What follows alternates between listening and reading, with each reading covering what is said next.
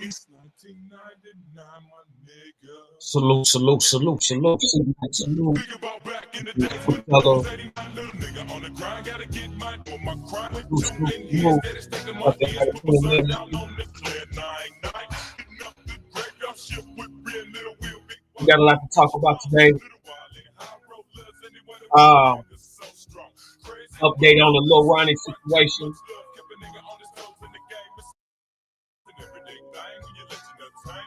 Gotta make it grand at least daily, man. We got Hustlers living the busters, look to the heartbeat of niggas from the land. presidential update news. Rest in peace, Dwayne Wiggins.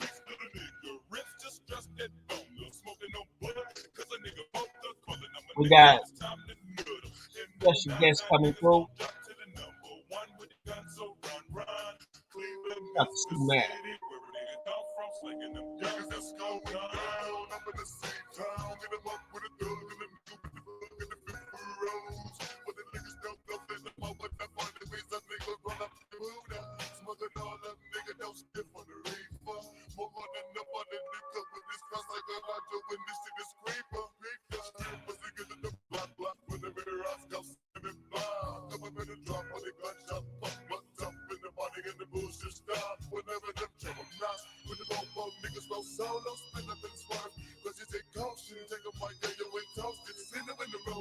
Man, shout out to everybody tuning in, man. You know, we're going to dig deep into it, man. We got Jada Youngin update.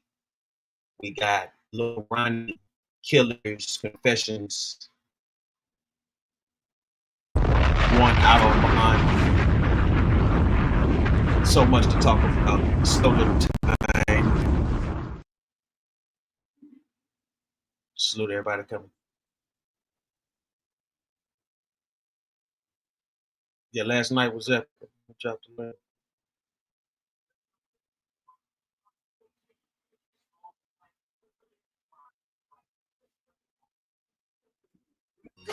Running, ducking, jumping up in the land, my niggas is crazy.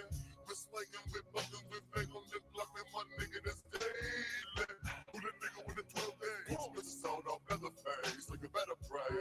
Till it in duckster, he's snatching at it now. We gotta get a change to the SCTs. It won't be thug on the clock. Pop blast the cash to the mash, the cash, gonna dash away from the cups. Got little more bars that is flipping up rows, ripping up flesh with 6-4 best that dumpster. Yes, I bump slugs and I've been jugging them all. Been dumpsters, fucking power, money, they burn.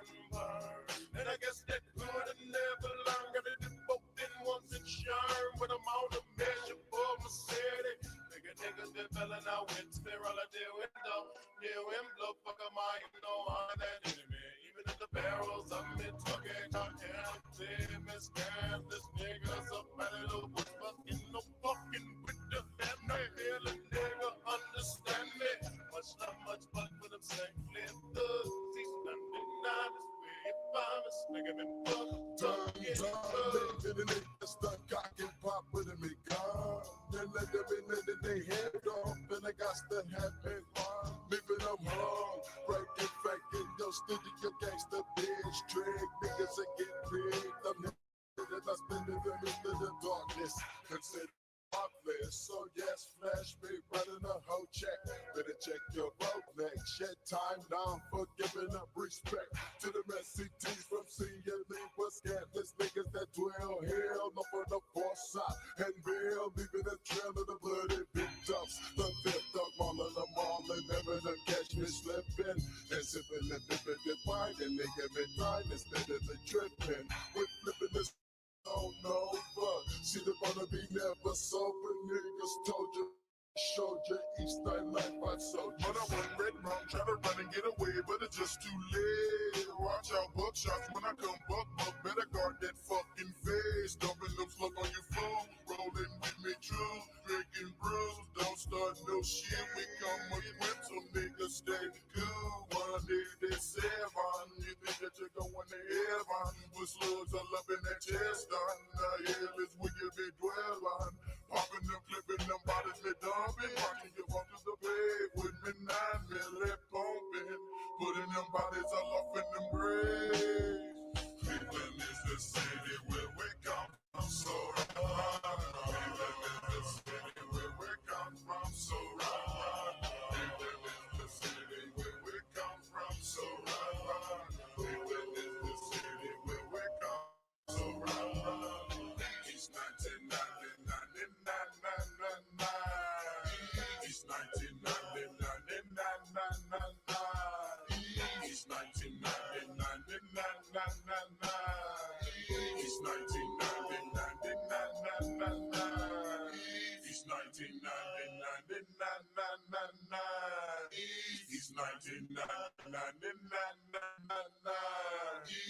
Peace 1999.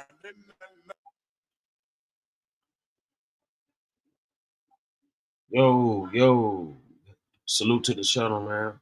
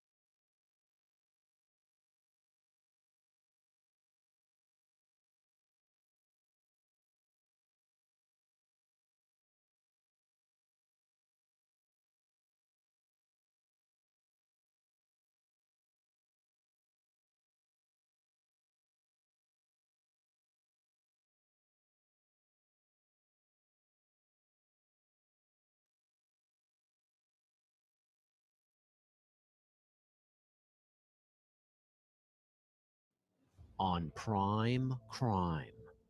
She was out front. She was there. Everything was fine. A young teen gone without a trace. They could not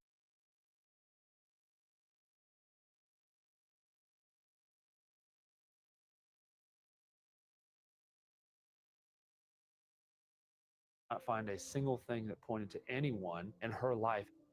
As her family desperately seeks answers. No disrespect, I really get, I say perp vibes. It's just like suspect vibes.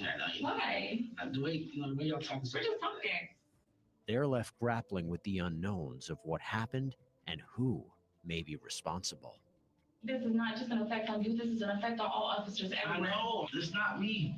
If I killed somebody, I would know that. If he was smart, and he obviously wasn't, he would have KYD BMS. He would have kept his damn big mouth shut.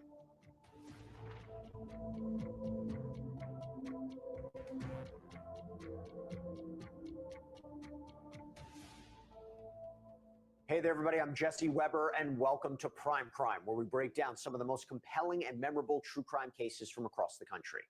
The disappearance of a young teenager sets off a months-long investigation with friends, family, law enforcement clinging to the hope of finding anything that could bring her home. But as time passes, it becomes clear that may not be possible, and the evidence soon points to an unexpected suspect. On July 26th of 2022, Susana Morales was walking home from a friend's house back to her mother's home where she lived, and she was just a couple hundred feet from her house. She had told her mom that she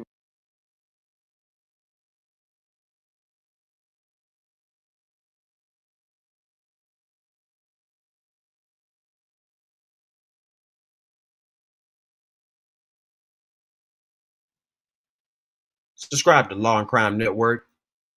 Prime Crime. Teen vanishes after hanging out at friend's apartment. Subscribe to Law and Crime Network.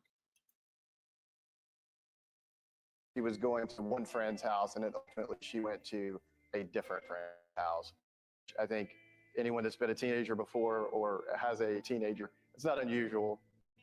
But the family of 16-year-old Susana Morales, who live just outside Atlanta, Georgia, start to panic when she doesn't come home. Her phone was equipped with an application called Life 360, which is an application where friends and family members can monitor real live location.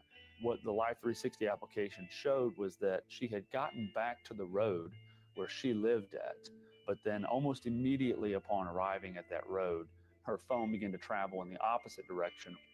She was out front. She was there. Everything was fine. And then there was a text, apparently from her, but at least from her phone, that said, "I'm on my way home." Never arrived. According to her phone, she's walking. But then all of a sudden, she's no longer walking, but she's traveling at a speed at or about 40 miles an hour. Obviously, she's now in a vehicle of some sort. That doesn't make sense. She did not drive, she did not have a vehicle, and from all of her friends and family, nobody was expecting to pick her up. A search was conducted by her family that night. Around 10:30 at night, one of her friends received a crash alert from the Life 360 application. Subsequently, her phone records show her phone never moved from that location. The phone died there the next morning, and we never were able to recover it. Susana's family contacts authorities. Over the coming days, it seems like police really didn't have many leads as to where she was. They had created a tip line for information related to returning her safely. Her family's hunt for answers leads them to a nearby community center where a key piece of evidence surfaces. It's literally not 46. That is her. That's her. Sí, lo sé. Wow. Entonces sí la levantaron de ahí, mami. Thank God. Oh my God. There was one video camera that captured her as she was walking back to her home on Singleton Road. Showed her unharmed.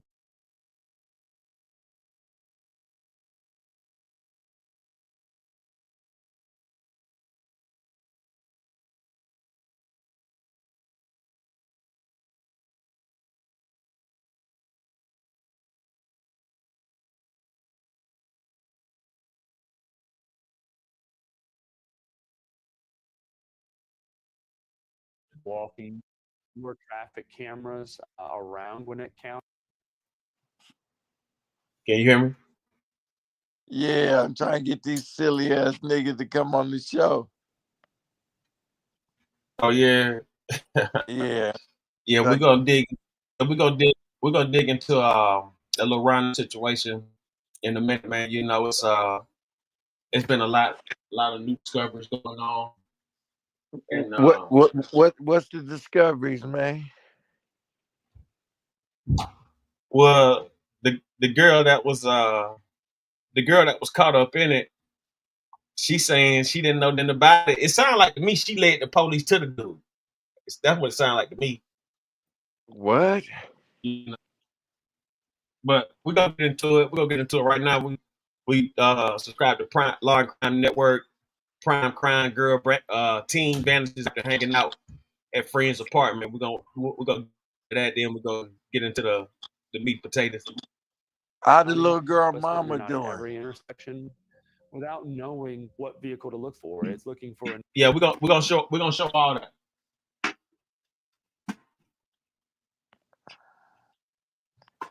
needle and a needle stack.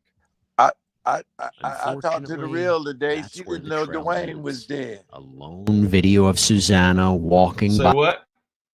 She didn't know Dwayne was dead. Who didn't know it? The queen.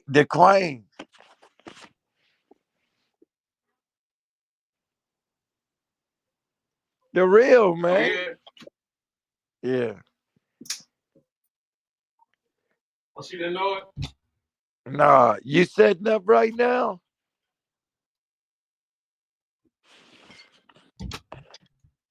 Yeah. A lot of people didn't get the news till late. Oh, yeah. Hey, champ, I'll be right back. All right.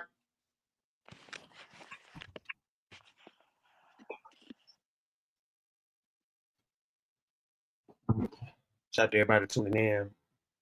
Let's get back to the show. By herself along the road. On July 26th at approximately 6 p.m., we know that Susanna Morales left her home and walked a short distance to the Sterling Glen apartment complex. And at about 10 o'clock, she began her trek back to her house. Susanna was not seen or heard from again. Well, poop. She's not where she needs to be. So it's now thrown in my lap as law enforcement. What is it I need to do? There's a magic word. It's called everything. Where was she? Who did she interact with? Who was she with? And what was her interaction with whoever she might have been with? But the investigation grinds to a halt with no new evidence nor leads. There were concerns that perhaps, she had been abducted and brought into the sex trafficking world. The Gwinnett County Police Department conducted an entire undercover investigation. They deployed drones, aerial surveillance, thermal imaging to look for her in wooded areas and on the roadways around the area.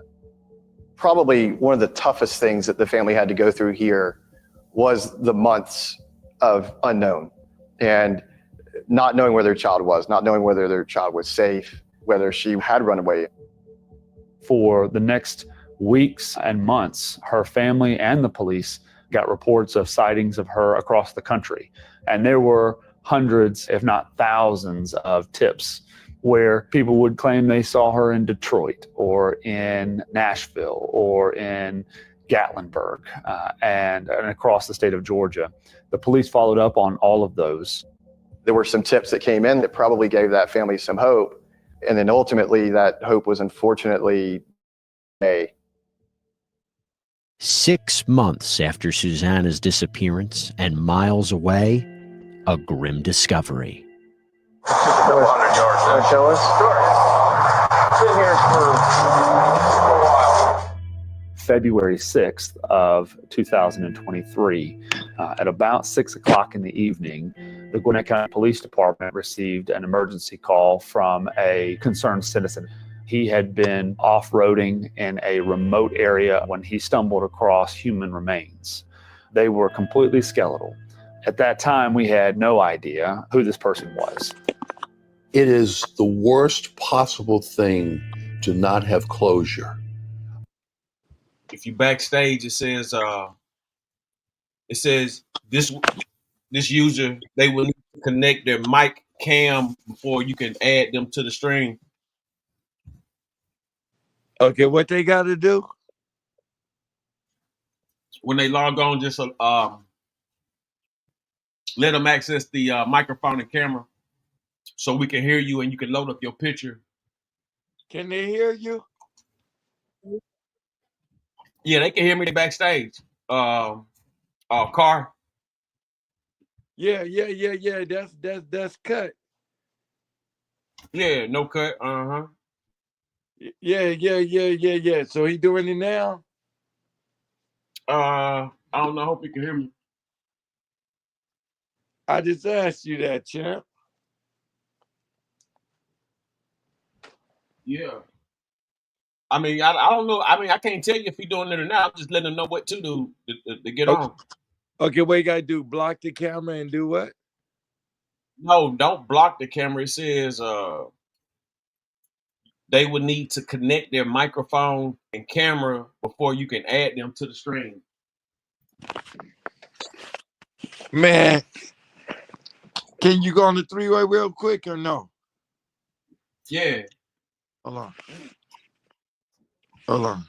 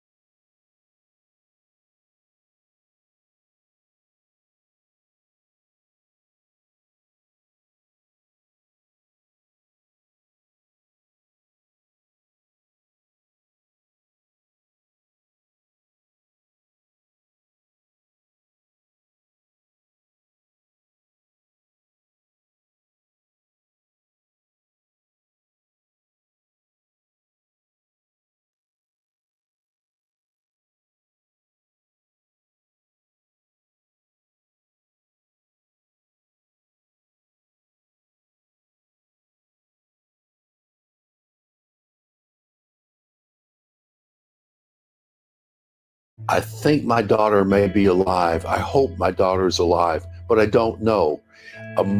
Emotionally debilitating is not the right two words to use. It's worse than that.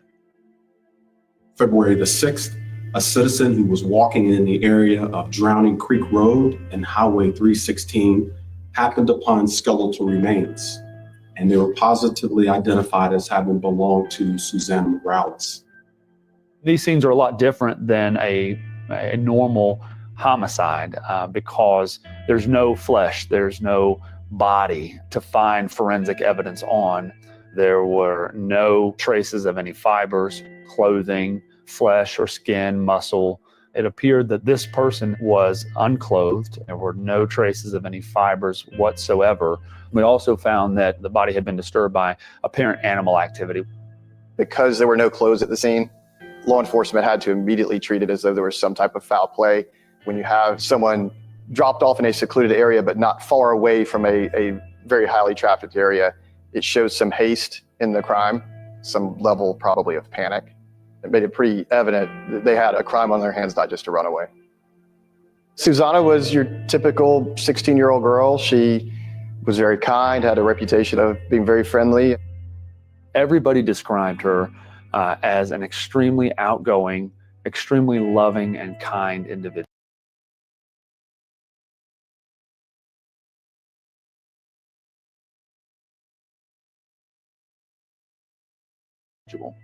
She loved to spend time with her friends.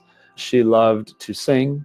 Her mother would talk about her singing in the house, and she loved let me go out.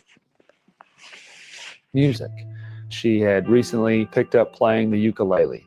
Like many teenage girls, she spent a lot of time doing her makeup and would spend a lot of time in her room with makeup tutorials. She was the baby of the family, and everybody adored her. A promising life cut tragically short. And while Susanna Morales' family finally has some answers, this investigation is far from over. I know that your gun was stolen. We did find your gun. Actually, yeah. So that just like raises suspicion even more.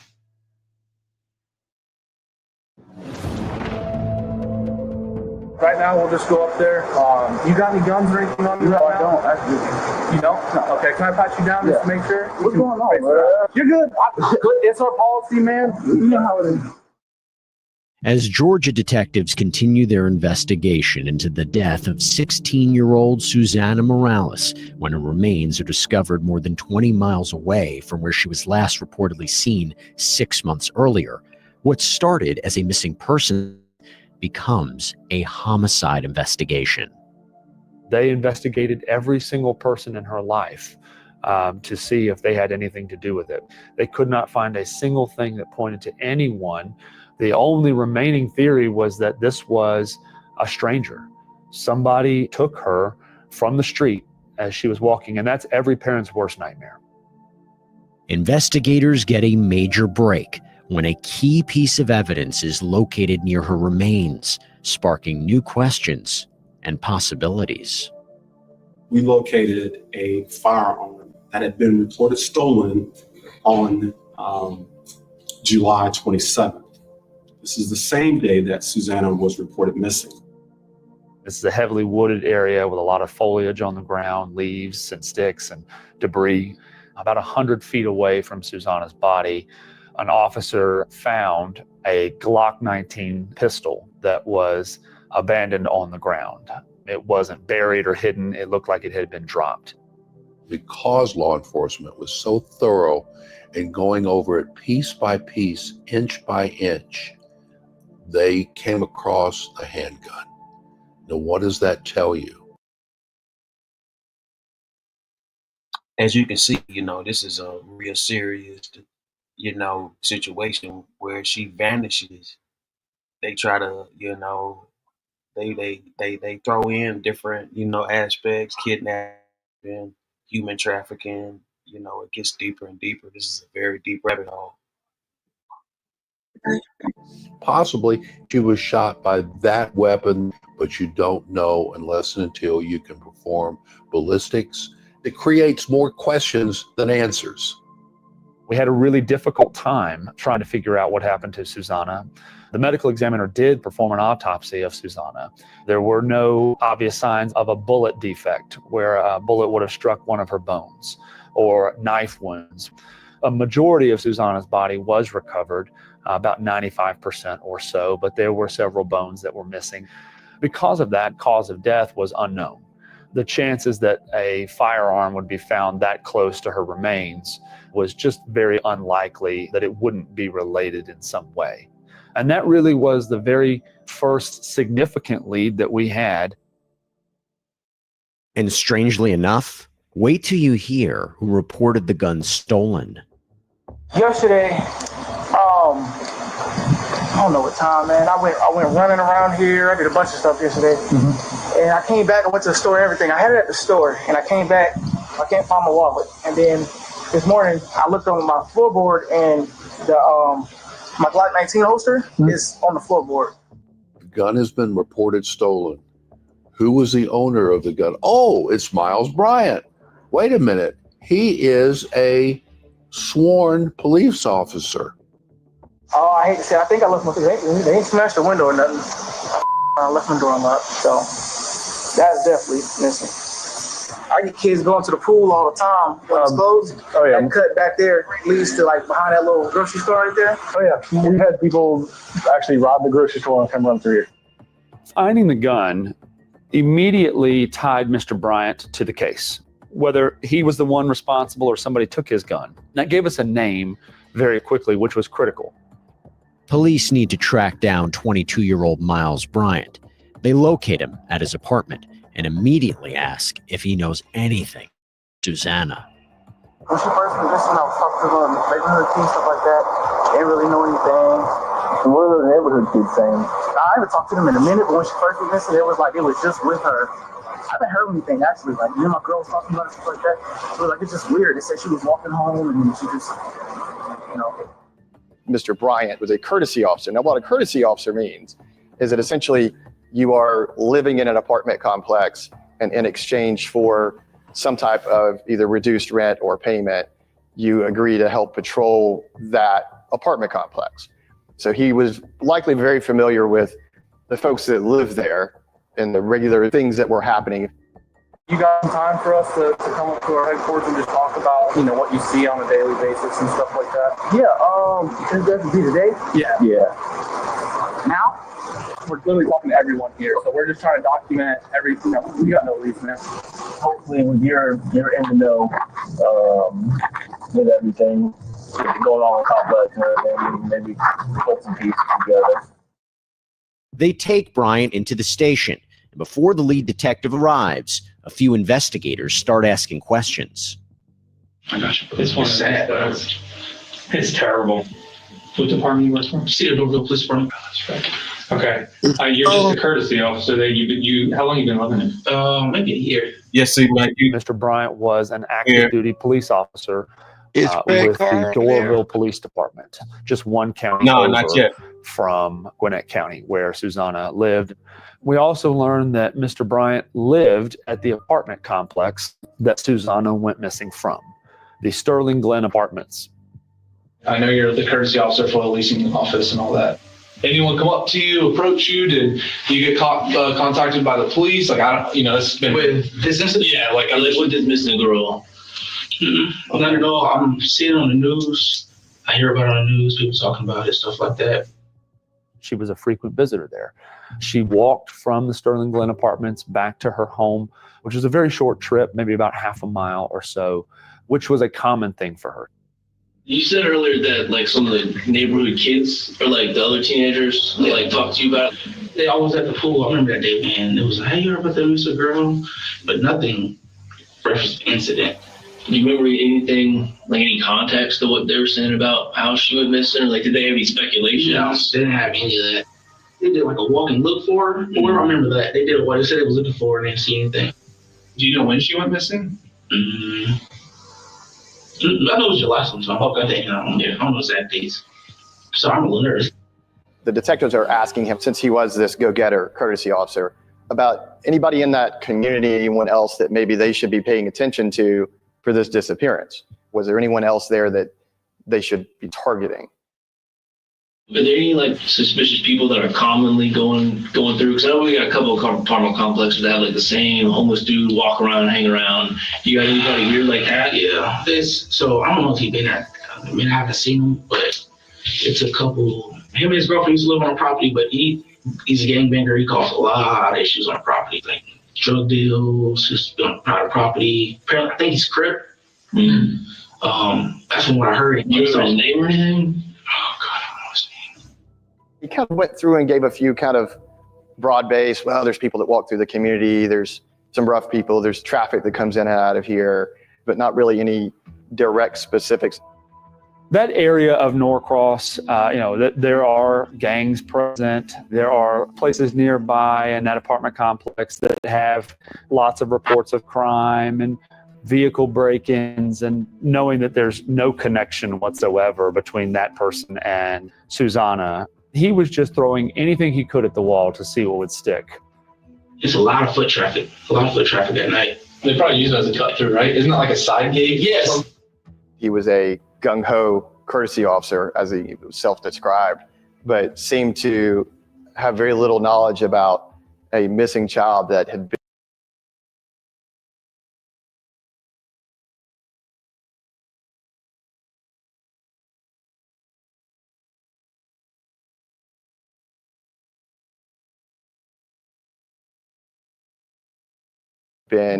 in his community. The first red flags for these detectives that were going to interview him was, he knows more than he's telling us already.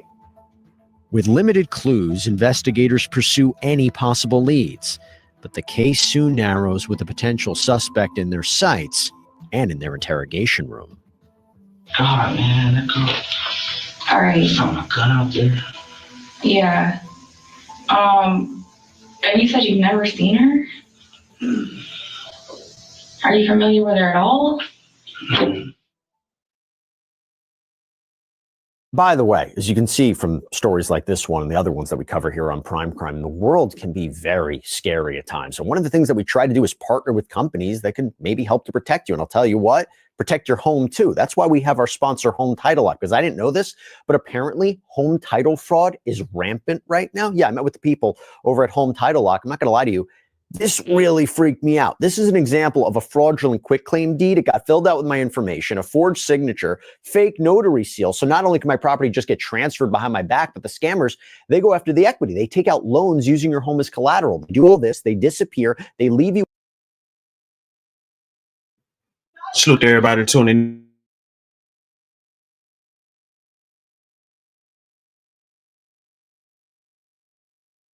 with a legal and financial nightmare, but that is where Home Title Lock comes in to give you peace of mind, especially with their triple lock protection that gets you 24/7 monitoring, alerts of any changes, and restoration services at no out-of-pocket cost to you. So to protect your home, you go to HometitleLock.com/primecrime. Use promo code PrimeCrime to get a 30-day free trial of their triple lock protection and a free title history report to make sure you aren't already a victim. Like, a person, hey, what do you know, like suspect vibes right now. Why? The way, the way y'all talking. We're just talking.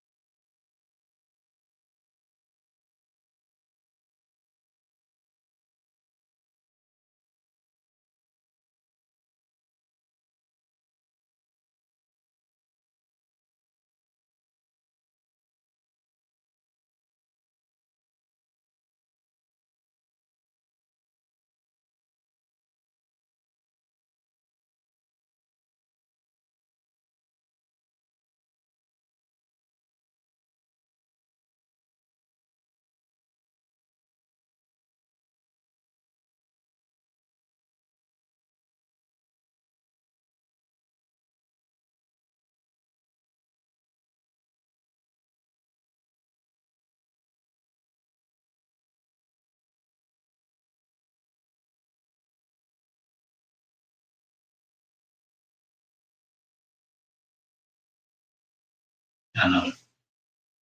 As Georgia law enforcement investigate the possible kidnapping and murder of teenager Susanna Morales, local police officer Miles Bryan finds himself in an interrogation room. And that's when detectives drop a bombshell. I actually saw the next day, like someone broke into your car. Yeah. We're thinking it's probably going to be related because it was kind of the same night. Like the person who probably did that to you may know something. I looked everywhere. I looked in the house. My girlfriend was making jokes nonstop. Like somebody took their gun. Somebody took their gun. Do you know if it was located or anything yet? No, I've heard anything. I haven't run it yet. I want to check that really quick to see if it was found. We as viewers, we watch the news, and a lot of times we go, man, why aren't the police telling us more? This is an example of why. Because there's certain elements to a crime that they don't want to be public, so that when they have the opportunity to interrogate or interview someone about it, they're going to be able to go in with information that the suspect doesn't know that they know. And his gun was a key component to this. They didn't let him know that they had it. We did find your gun, actually. Yeah, so that just like raises suspicion even more. Not with you, but like I think it's the same person.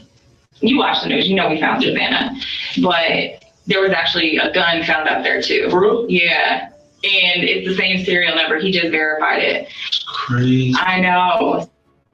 I think that was probably one of the first moments for him to realize they know a lot more than I know they know. Detectives focus on Bryant, pressing him about the night of July 26, 2022. I need you to think really hard though with me. I'm dependent on you right now. Look, I want to be like Dorville police officer, help us solve the Susanna Morales case. Think of anybody that was out there that night, because I know you were out there patrolling that night. Think of anything. That's all I can really think of. Me and my girlfriend was actually arguing that night. Mm-hmm. So I think I just driving around. What were y'all arguing about? I got caught up with my side piece. You've built a rapport with him, and you've become essentially kind of like a colleague buddy. That's your baseline of his behavior when he is comfortable. The detective would then determine when he breaks that comfort. Did you work that night? That night? Were you off that night? I don't know. Whatever day that I was arguing with my girlfriend, stuff like that, I wasn't working. You just drive around. Is it common for you to leave Norcross? I mean, I would think you would just drive around. Yeah, I live right around. I would go to North, I go to Atlanta, everywhere. I remember a little bit that night. Yeah, before that, man, I was with my girlfriend, actually. That night, I was right around, I don't know what night it is, if this next night in particular. It's the night before you made the report with us. That should be memorable. Yeah, I was trying to think about it now. I remember that part. She tried to chase me. My girlfriend tried to chase me with her car. Like a Jerry Springer episode. I don't know if this will help, but she chased me into an apartment complex.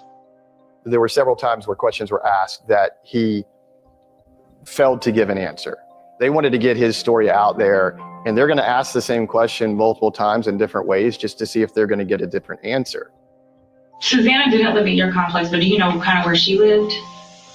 From what I've seen, she lived nearby. Like where? I have no clue. She said she was walking home, and I don't know. She said she lived nearby, so I guess it'd be in the area. I don't think she lived in that apartment complex though. But I remember driving around that night, getting chased by my girlfriend. She blocking my car and almost hitting her car.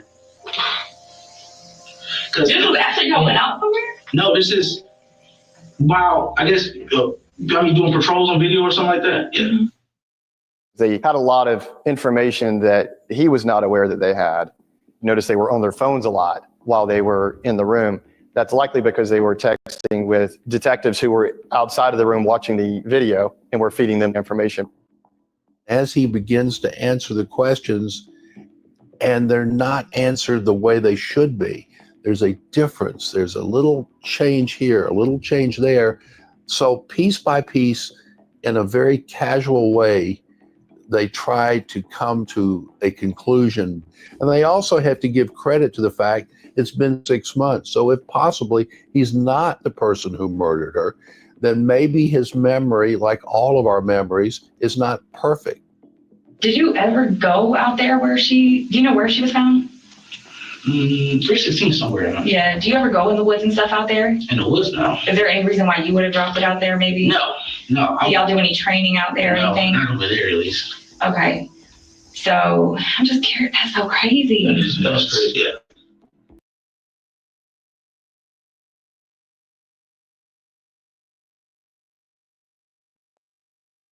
Thanks everybody tuning in, man. This is a very deep topic here. If you guys have been tuning in, watching, the plot thickens even deeper. Subscribe to Law and Crime Network. Prime Crime team vanishes after hanging out at friend's apartment.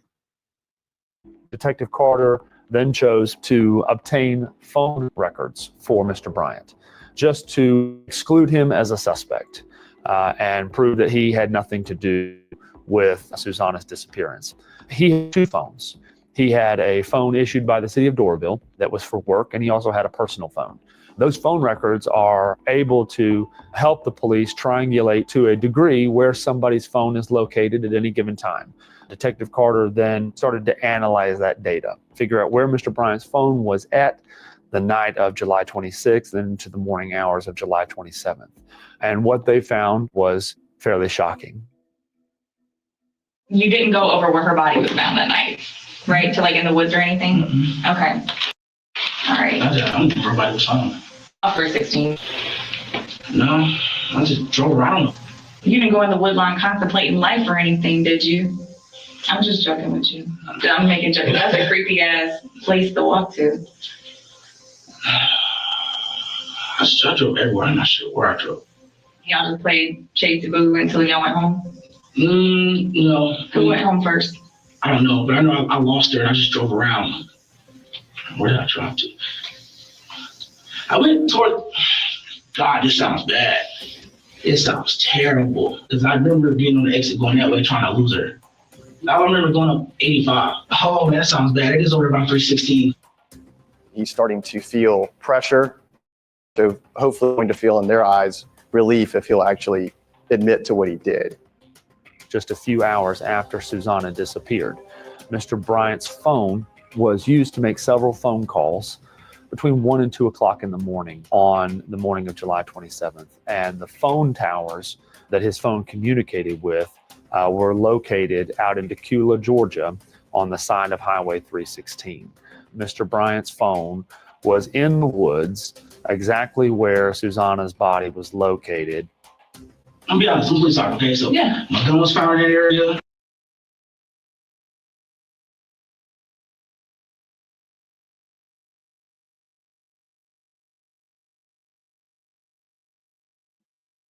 Shout out to everybody tuning in. This is a serious story.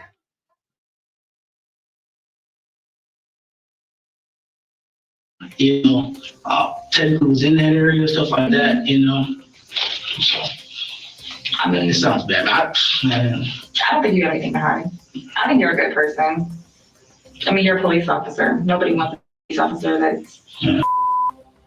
As they begin to narrow down and see the discrepancies between what he says and what actually happened, they begin to focus in and they realize that he's not telling the truth. At that point, it was obvious to myself and to the Gwinnett County Police Department that Mr. Bryant was involved. Listen to me. Your device was the only one out there. She went missing. She died there. Your gun is there. Your phone is there. Okay? This is your moment. God, so bad. This is terrible. Maybe you were a monster. Oh, hell no. Prove it wrong. I don't believe you. Right now, that's the only thing I'm thinking of. And that's what everyone else is going to think too.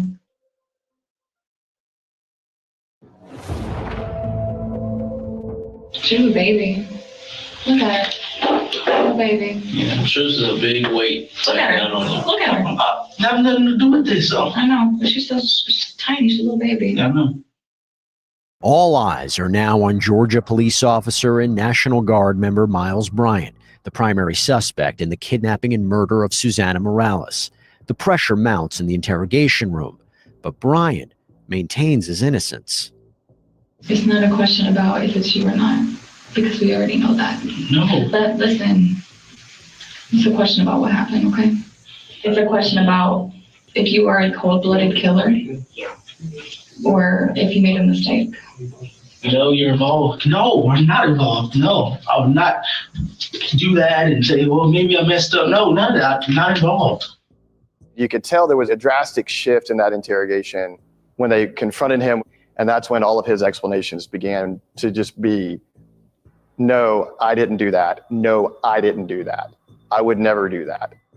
If he was smart, and he obviously wasn't, he would have KYD BMS. What does that mean? He would have kept his damn big mouth shut. Instead, his story unraveled, and it unraveled rather quickly. Do you black out sometimes when you get angry? No, not really. You said not really. What does that mean? No, I don't black out where I can't remember why I do stuff like that. If I killed somebody, I would know that. Did you kill her? No. Were you with her when she died? No. Why did you dump her body there? I didn't dump her body there. Were you trying to help her and she was already dead when you found her? No. I wasn't nowhere in the woods. Like, I would not lie about that. But you are. I'm not. You are. Along the way, one crucial detail emerges that confirms investigators' suspicions. You also tried to get into a girl's apartment off Annistown. You did. Where everybody at, yeah?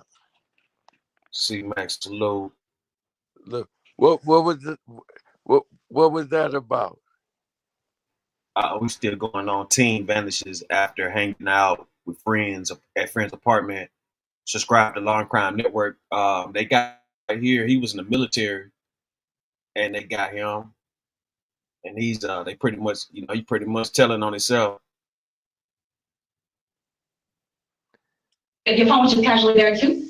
No, they had a whole investigation about that. I was there, but I didn't try to break down her apartment. She lied. Mr. Bryant, for years, dating back to 2018 that we were able to document, began preying upon women. In high school, he started burglarizing homes belonging to classmates of his. This escalated even after Susanna's murder, with him trying to break into a young woman's apartment. He would just show up at her apartment, knocking on the doors, attempting to break in.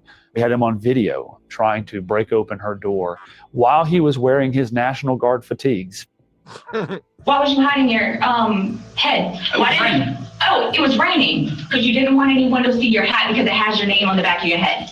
She knew exactly where I was. She knew where I was. She didn't want you there. She didn't ever tell me that. You're just a victim in all this. You just casually be in all these like victim situations where you're just casually in the wrong place at the wrong time. They uncovered things on his phone where he had been sending some inappropriate things from other females' phones to himself. He had an instance of a breaking and entering. He'd taken some women's undergarments. He certainly had a history that would raise some red flags. Investigators have enough to charge Miles Bryant with concealing the death of another and false report of a crime for allegedly lying about the theft of his firearm found near Susanna's remains. He's arrested and held without bond. But now the real work begins as prosecutors seek a murder charge. They can see how he became emboldened piece by piece, step by step, doing all of the things that he should not have been doing, but important because they're building blocks to where he ended up.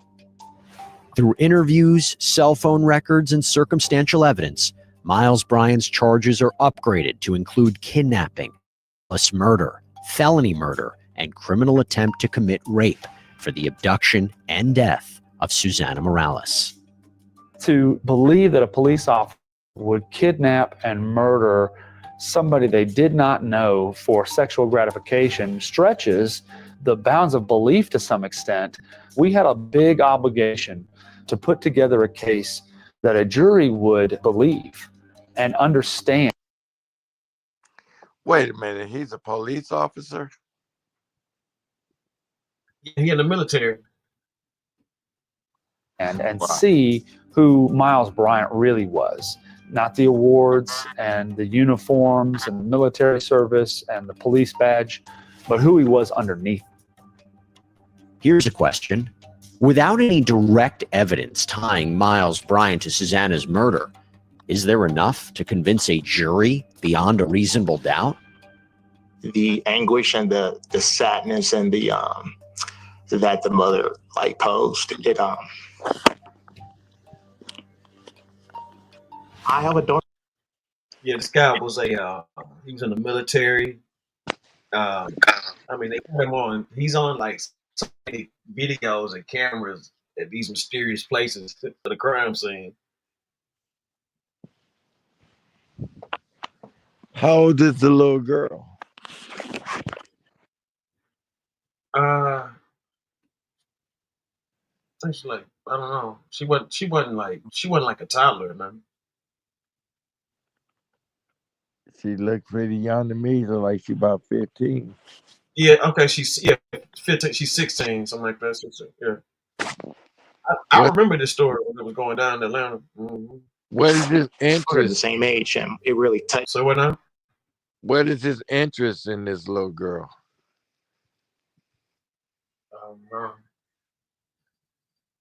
Just a sick motherfucker, huh?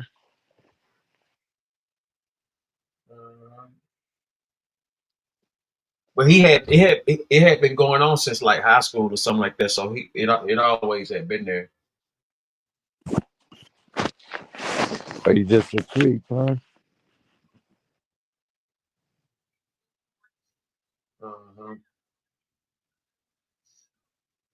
Touched me, that I felt that it was my duty to try to find her. Hey, you saw how we did that? We plugged in Miles Bryant's name into Truthfinder and look at all that information that popped up. Truthfinder is an incredible tool that we use in our research to look up where people lived, where they worked, their criminal history. And honestly, even if you're not in true crime, it can maybe give you some peace of mind. It's one of the largest public record search services in the United States. And with a paid subscription service, you can get access to unlimited reports about almost anyone. And that includes looking up registered sex offenders in your area too. So if you're interested, you can get 50% off of confidential background reports right now. Just go to truthfinder.com/LCPrimeCrime. The defendant doesn't get to escape justice because he's good at committing a crime. Because he's good at covering his tracks. Maybe, could have, grave suspicion is not beyond a reasonable doubt. With a suspect behind bars, prosecutors and defense attorneys build their cases. And on June 5th, 2024, almost 2 years after the kidnapping and killing of 16-year-old Susana Morales, Miles Bryant, the accused murderer, goes on trial. He was supposed to serve and protect. He is one of the people that we should trust to enforce the law.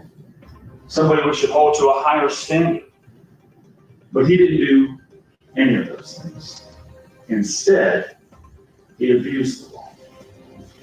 And he used his badge and he used his position to satisfy his own sexual desires. When the police had the theory they needed, they had the defendant they knew had committed the crime, they had to be able to prove it. We spent months and months preparing to put together a cohesive trial that would tell how a police officer, of all people, somebody who was meant to serve and protect, who took an oath to do that, could possibly do something like this. But it was overwhelming that he was involved in some way. He is a cop who turned into a killer. Jurors listened to emotional testimony from Susana's family, including her mother, who tearfully illustrated the agonizing hours and days following Susana's disappearance. From the time that Susana was taken, how long was it until you heard anything about finding her body? Casi 7 meses. Almost 7 months. What went through your mind at that moment when you heard? No quería eso. Yo no quería esa noticia. I did not want that news. Yo la esperaba. I was waiting for her. Y la sigo esperando. And I'm still waiting for her. And her sister, who describes searching for Susana. Did you ever stop going out and looking for your sister? What went through your mind when you found out about the police finding her body? A lot of things. I couldn't believe it. I didn't want it to be true. I wanted to see her. I wanted proof that it was actually her. I didn't want to believe that it was her because up to that point we were still looking for her to come home. And the moving statements from law enforcement showed the widespread impact of Susana's disappearance. Jasmine called me on a daily basis. I wanted her to call me at any time. It was 2 o'clock in the morning. It didn't matter. I actually neglected my family because I made sure that I went hunting for her. And it meant a lot to me. So I would even do it on my own time because the first thing I thought of was Susana. And so it was driving me to find her because I mentally was telling myself that we were going to find her. I made sure that I told Jasmine that I would give my all. Detective Keshler was communicating with me while I was at the other scene and telling me that they believed it was going to be, a Hispanic teenage girl. It all lined up. I really was hoping it wasn't her. Have you ever heard of any case involving the police department where a teenager's naked body was found in the woods and it was not a homicide? No, I have not. One big question on everyone's mind is whether or not Bryant and Susana had ever crossed paths before. At the time that Susana was missing, when Missing was killed, y'all had been friends for about 5 years? Yes, sir. When was the last time that you saw Susana in person before she was taken? Maybe 2 days prior. Had you ever met Miles Bryant, the detective? I didn't know who he was at the time, but I have met him before. I would see him around the apartments every once in a while. Did you ever have any kind of conversation? Yes. Tell us about that. There was an instance where Susanna were walking in the Sterling Glen apartments. We had stopped in a black truck asking us if we needed a ride. We just kind of laughed it off and didn't talk about it.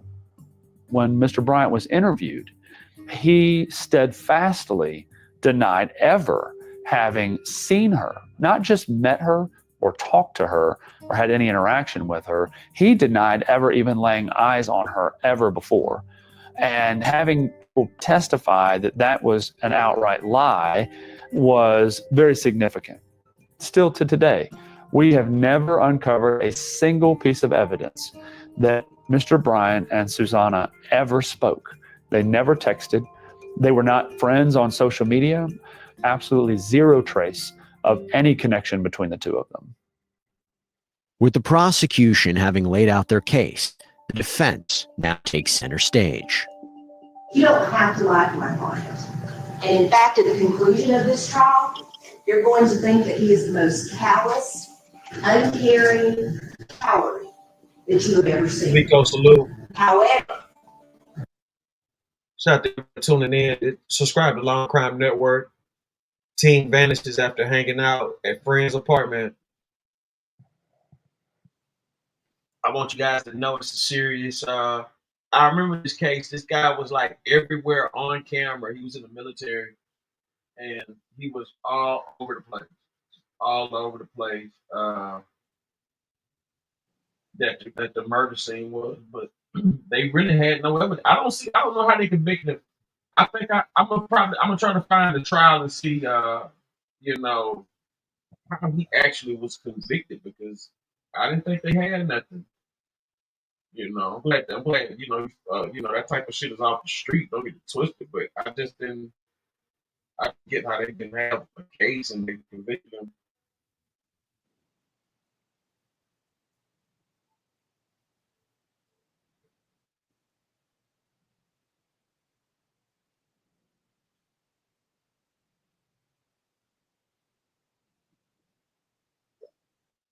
he is not guilty.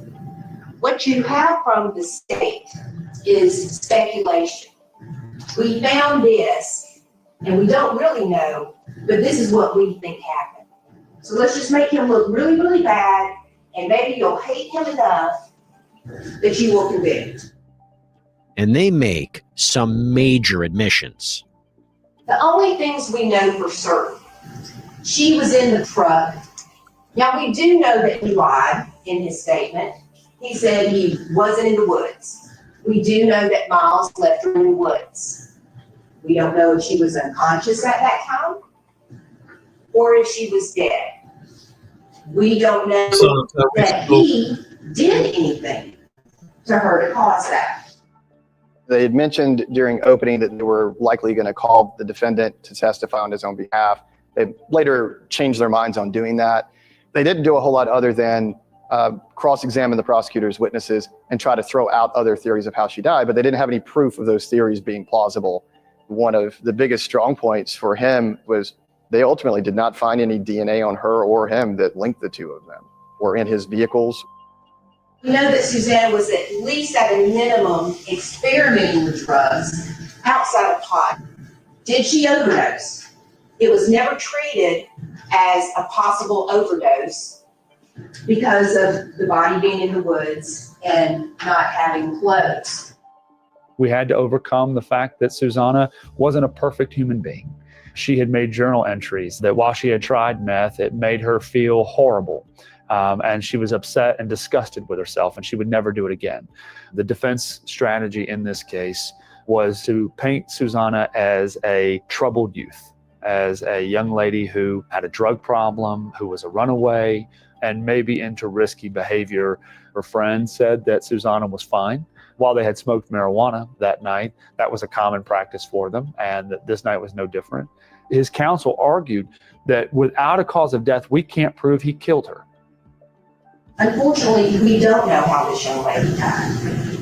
If there is another theory, it doesn't have to be more probable than something else, but any reasonable theory means you must find him not guilty. The defense calls no witnesses of their own, And following days of testimony, the case is handed off to the jury. Perhaps the most difficult part of any trial, in my experience, is the moment when the jury walks into the back to go deliberate. The anxiety is through the roof. The reality that if they don't convict him, a killer is going to walk free. After just 2 hours of deliberations, the jury returns with their verdict. Count 1, malice murder. We, the jury, found the defendant guilty. Count 2, felony murder. We, the jury, found the defendant guilty. Kidnapping. We, the jury, found the defendant guilty. Criminal attempt to commit rape. We, the jury, found the defendant not guilty. False report of a crime. We, the jury, found the defendant guilty. Miles Bryant is found guilty of the kidnapping and murder of Susana Morales. He's sentenced to life in prison without the possibility of parole. I knew at that moment that we got him, that we had done our job. No one's above the law, and he got what he deserved. Everybody who encountered him had the same thing to say about him, that he seemed very dutiful, very conscientious of his job, loved being a police officer. But what was unseen was his dark side. Just like any profession, you could run into having a bad egg. As a law enforcement officer, your job is to protect others who cannot be protected. This is a very sad case, apparently, of an officer who was not doing it for the right reasons. They found him guilty, and they certainly should have. He is someone who should never walk the streets again. But that's not the end of the story. No, you see, Susana Morales' family has filed a lawsuit against the Sterling Glen Apartments, arguing they should have known about Miles Bryant's past and therefore not hired him as a courtesy officer. In other words, this may never have happened. So their battle for justice for Susana is far from over. That's all we have for you here on this episode of Prime Crime. Everybody, thank you so much for joining us. I'm Jesse Weber, and as always, stay safe.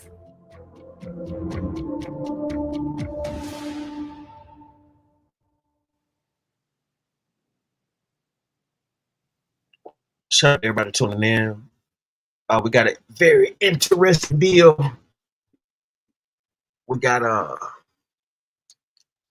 some update on the little Roní situation.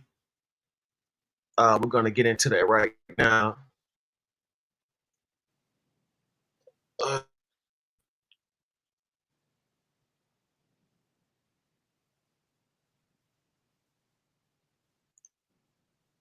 Let's get into it.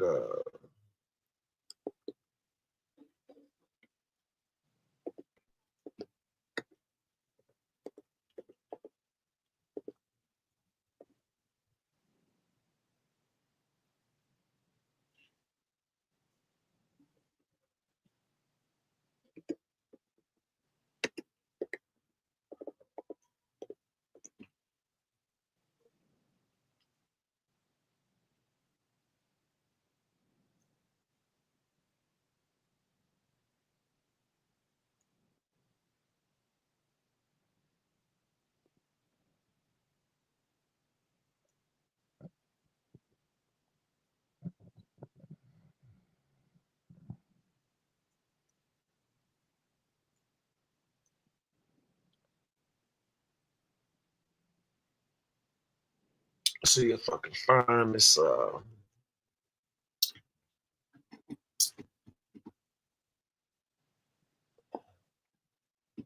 Let's see, Lil Roní shooter out on bond.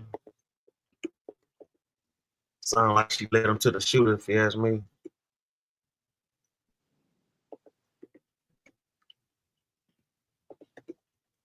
I don't get that. Sound like she told him where they was at.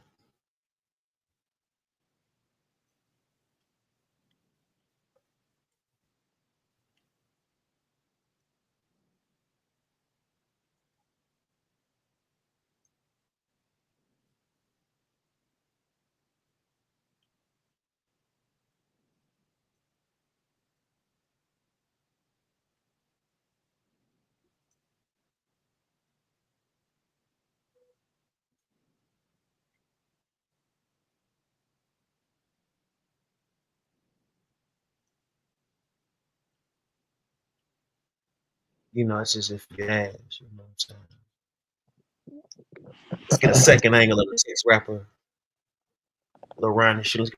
A second angle of the shooting that took Texas rapper Lil Roní and his 5-year-old daughter at a car wash in Forest Hill, Texas on March 3rd, 2025 has released. In the first angle of the footage, we see the shooters come from around the corner and start firing. Lil Roní can be seen running. While all this happened, his daughter was inside the car and she was struck. He continues to run across the car wash, but they still catch up to him and fire. But on a good note, both suspects are finally in police custody, one being a registered sex offender, and under Texas law, they face the death penalty for capital murder if convicted or life in prison without parole.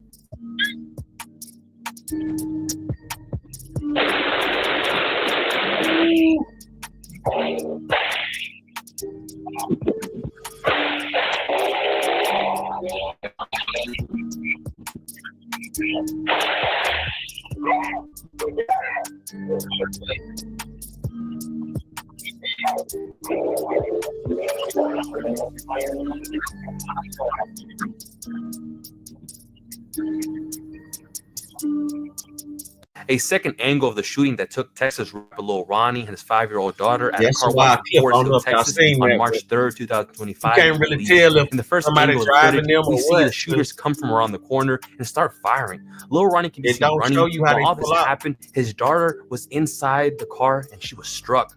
He continues to run across the car wash, but they still catch up to him and fire. But on a good note, both suspects are finally in police custody, one being a registered sex offender, and under Texas law, they face the death penalty for capital murder if convicted or life in prison without parole. See what I'm saying? You don't see them pulling up.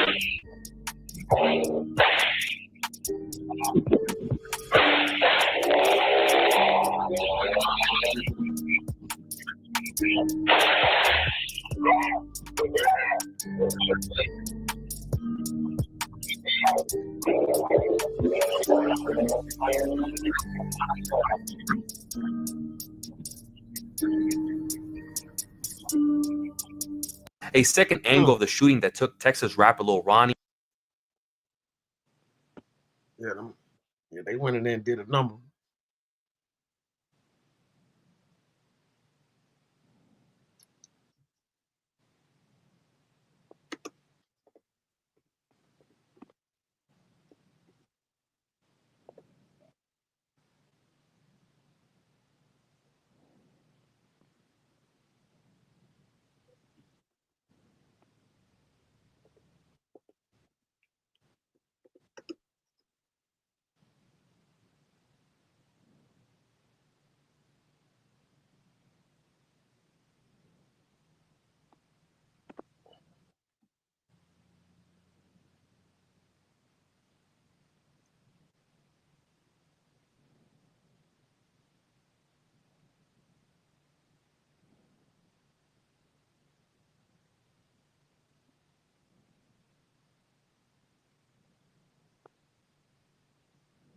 Yeah, they not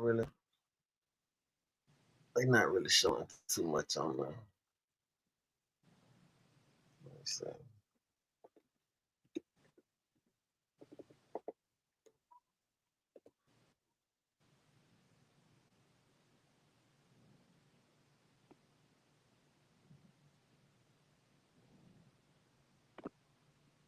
Okay, here we go.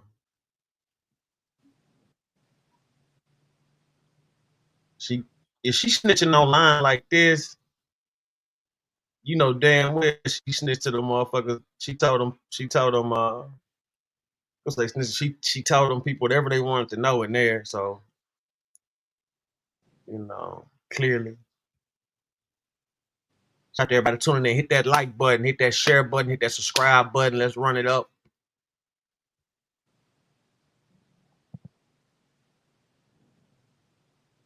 Glad everybody could come through, man. We don't need no fake laughing over here, no fake giggles, none of that fake shit. All solid. The whole situation was fucking stupid. The car wash, it was stupid. They didn't have to do that shit. The fuck, if the mama want to know what happened and what the fuck I know, I'm willing to tell her. Because she deserved that. That mama know. I'm glad the fuck Bitch, you know how I am with kids. I would never hurt no fucking kid, bro. I would never agree with nobody hurting no fucking kid, bro. Like, are you cool? You know that. Like, you know that shit. So for you to bash me like that, you to do the game like that, my mama, you trifling in a hoe, bro. Because anybody know me, bro. I've never harmed a kid a day in my life, bro. I've never did nothing to no kids, bro. I don't agree with that nigga killing no kids. I asked him, how the fuck could you do some shit like that? How the fuck can you sleep doing shit like that? What the fuck? I was mad about that shit. The fuck I know. Y'all bashing, so y'all got questions. Ask them motherfucking questions. Ask fucking questions, and my mama, I'm gonna tell y'all what the fuck going on. Ask a question. On God, I will let you know. Y'all wanna know how the fuck, y'all wanna know how we got caught? I will gladly tell y'all. Shit, they put a track on my car. I went to jail too. The fuck? They interrogated me too like I was guilty because I had nothing to do with none of that. None of that. Nothing at all. Hell no. Hell no. She told me. Hell no, it didn't have nothing to do with that.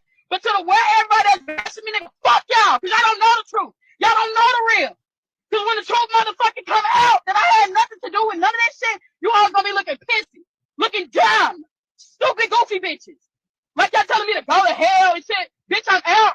Y'all, everybody who said I wasn't gonna get out, bitch, I'm out. I didn't take him. I didn't take him nowhere. I didn't take the nigga nowhere. The nigga was already out here. The nigga was already out here. I don't even know how he got out here.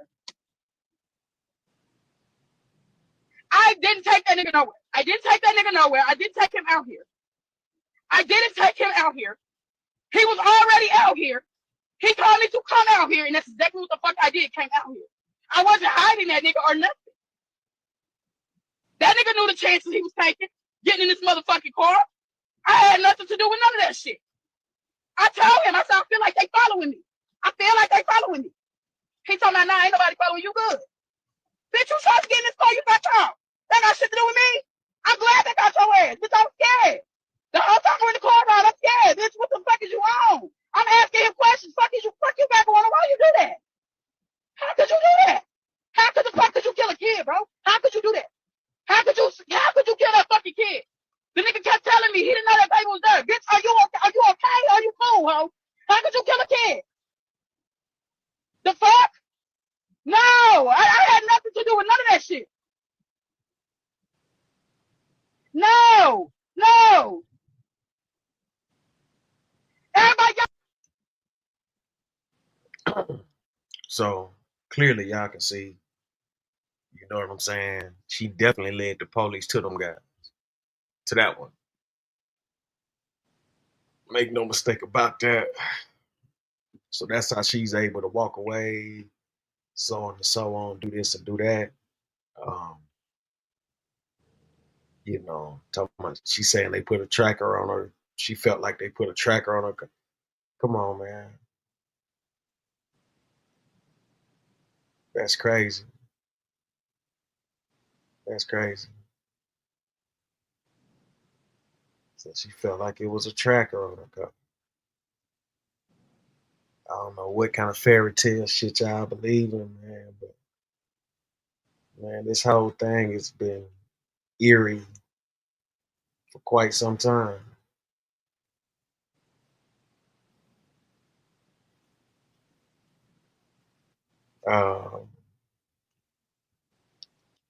I seriously doubt.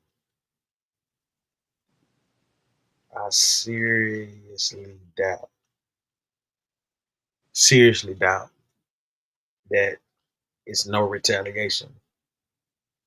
I think this shit is. I think it's up. I think it's up. Way up. Cause now she's saying she don't know nothing about nothing. Now she glad the dude called. But you was, you know what I'm saying? Y'all got it, man. Come on, man. She helped them people. You know what I'm saying? And you know what I mean? You know what I mean? Like, you know, it is what it is. I'm not, you know, I'm not condemning, nor am I condoning anything about none of this shit. But Come on. She working with the people, man. She working with them. Ain't no way. She says a tracker on her. Yeah, she was the tracker. She talking about she think they put a tracker on her shit. Yeah, you was the tracker. That's what that shit is.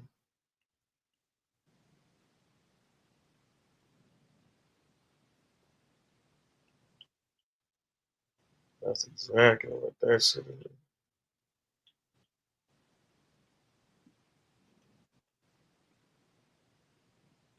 That's some wild shit, man. Y'all gotta be, I'm serious, man. Y'all gotta be on your P's and Q's. Y'all gotta stay on your P's and Q's. You don't never know who the fuck around this motherfucker snaking.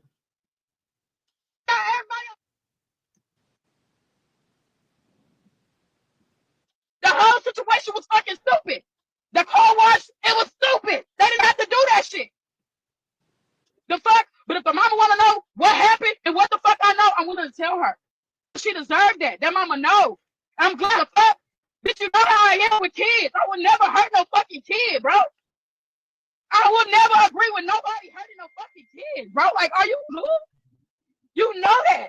Like, you know that shit. So for you to bash me like that, you to do the game like that, my mama, you trifling in a hoe, bro.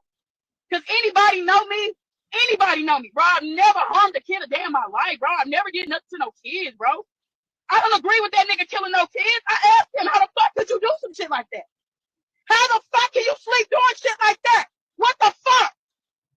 I was mad about that shit. The fuck I know. Y'all bashing, so y'all got questions. Ask the motherfucking questions. Ask fucking questions, and my mama, I'm gonna tell y'all what the fuck going on. Ask a question. On God, I will let you know. Y'all want to know how the fuck? Y'all want to know how we got caught? I will gladly tell y'all. Shit, they put. You know how I know she full of shit? Because it's bitches on YouTube that be hanging with trash ass motherfuckers and they perpetrate they cool and good and everything. The same way this bitch up here lying, is bitches be up here every day doing that same shit. Acting like they don't know nothing, acting like they this, they that. Man, bitch, get the fuck out of here. You know what I'm saying? These motherfuckers, boys, some cold work, man. Pay attention. Put a track on my car. I went to jail too. The fuck? They interrogated me too like I was guilty because I had nothing to do with none of that. None of that. Nothing at all. Hell no. Hell no. Hell no. It didn't have nothing to do with that. But to the way everybody that's bashing me, nigga, fuck y'all. Because y'all don't know the truth. Y'all don't know the real. Because when the truth motherfucking come out that I had nothing to do with none of that shit, you all gonna be looking pissy. Looking dumb.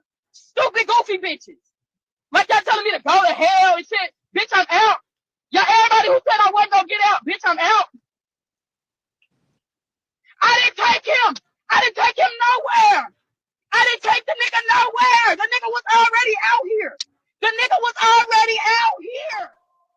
I don't even know how he got out here.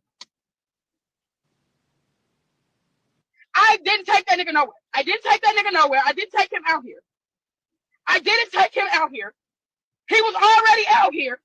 He told me to come out here, and that's exactly what the fuck I did, came out here. I wasn't hiding that nigga or nothing.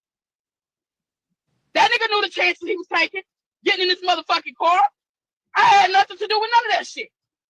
I told him, I said, I feel like they following me. I feel like they following me. He told me, nah, ain't nobody following you good. Bitch, you tried to get in this car, you got caught. That got shit to do with me. I'm glad they got your ass. Bitch, I'm scared. The whole time what the fuck is you on? I'm asking him questions. Fuck you got going on. Why you do that? How could you do that? How could the fuck could you kill a kid, bro? How could you do that? How could you kill that fucking kid? The nigga kept telling me he didn't know that baby was there. Bitch, are you okay? Are you okay? Are you cool, ho? How could you kill a kid? The fuck?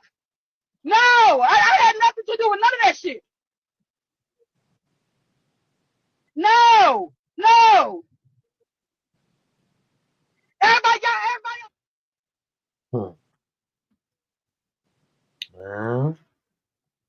we see these motherfuckers all the time. Motherfuckers don't be paying attention like that, but man, them motherfuckers be right there with the hoes. I ain't gonna say they with the hoes shit, but they be right there supporting it. She definitely led them people to him. Like, I don't give a fuck how you look at it. Like, I don't know what's her deal with it, but I guarantee you there's more to that story. You know what I'm saying? Ain't no way. Like, you ain't just putting trackers on everybody's car. You gotta have a warrant for that. You know what I'm saying? You gotta have a warrant for that, you know?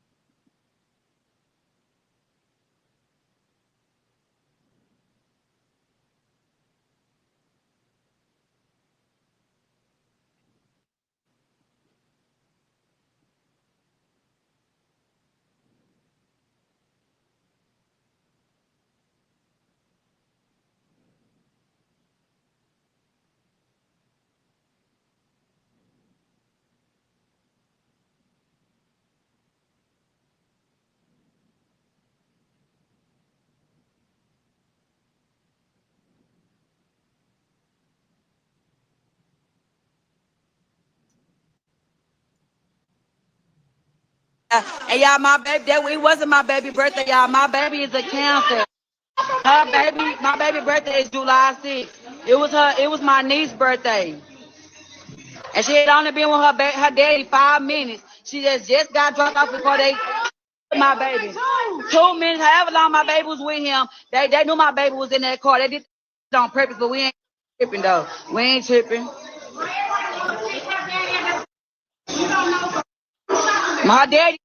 Her daddy running around trying to save her. He talking about literally.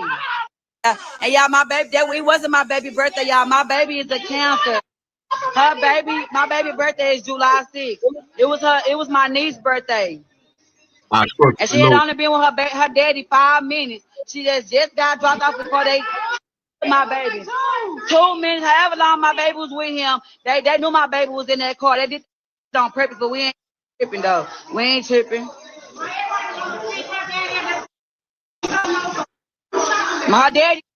Her daddy running around trying to save her. He talking about literally. And y'all, my baby, it wasn't my baby birthday, y'all. My baby is a Cancer. My baby birthday is July 6th. It was my niece's birthday.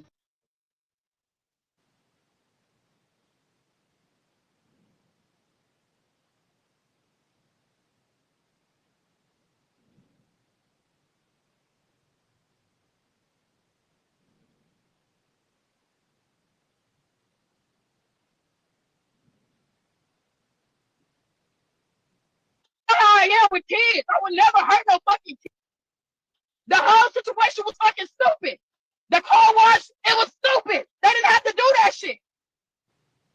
The fuck? But if the mama want to know what happened and what the fuck I know, I'm willing to tell her. Because she deserved that. That mama know. I'm glad the fuck. Bitch, you know how I am with kids. I would never hurt no fucking kid, bro. I would never agree with nobody hurting no fucking kid, bro. Like, are you good? You know that. Like, you know that shit. So for you to bash me like that, you to do the game like that, my mama, you trifling in a hoe, bro. Because anybody know me, bro. I've never harmed a kid a day in my life, bro. I've never did nothing to no kids, bro. I don't agree with that nigga killing no kids. I asked him, how the fuck could you do some shit like that? How the fuck can you sleep doing shit like that? What the fuck? I was mad about that shit. The fuck I know. Y'all bashing, so y'all got questions? Ask the motherfucking questions. Ask fucking questions, and my mama, I'm gonna tell y'all what the fuck going on. Ask a question. On God, I will let you know. Y'all want to know how the fuck? Y'all want to know how I come?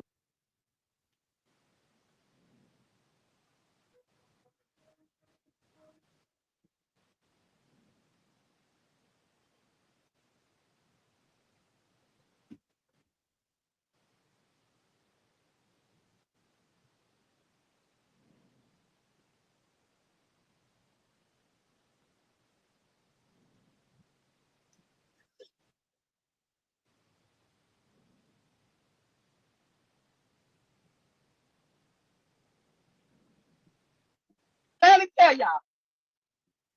Shit, they put a track on my car. I went to jail too.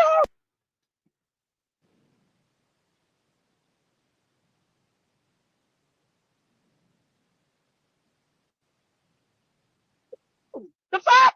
They interrogate me?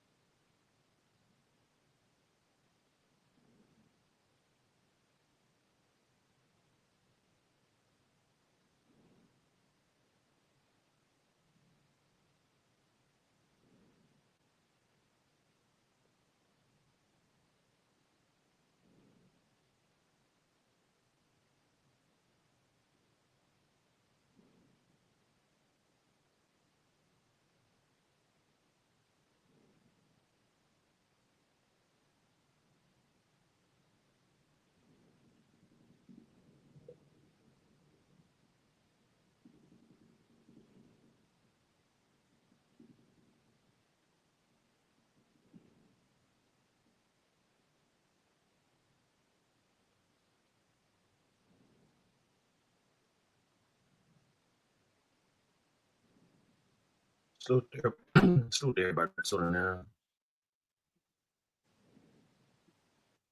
I crook. Please.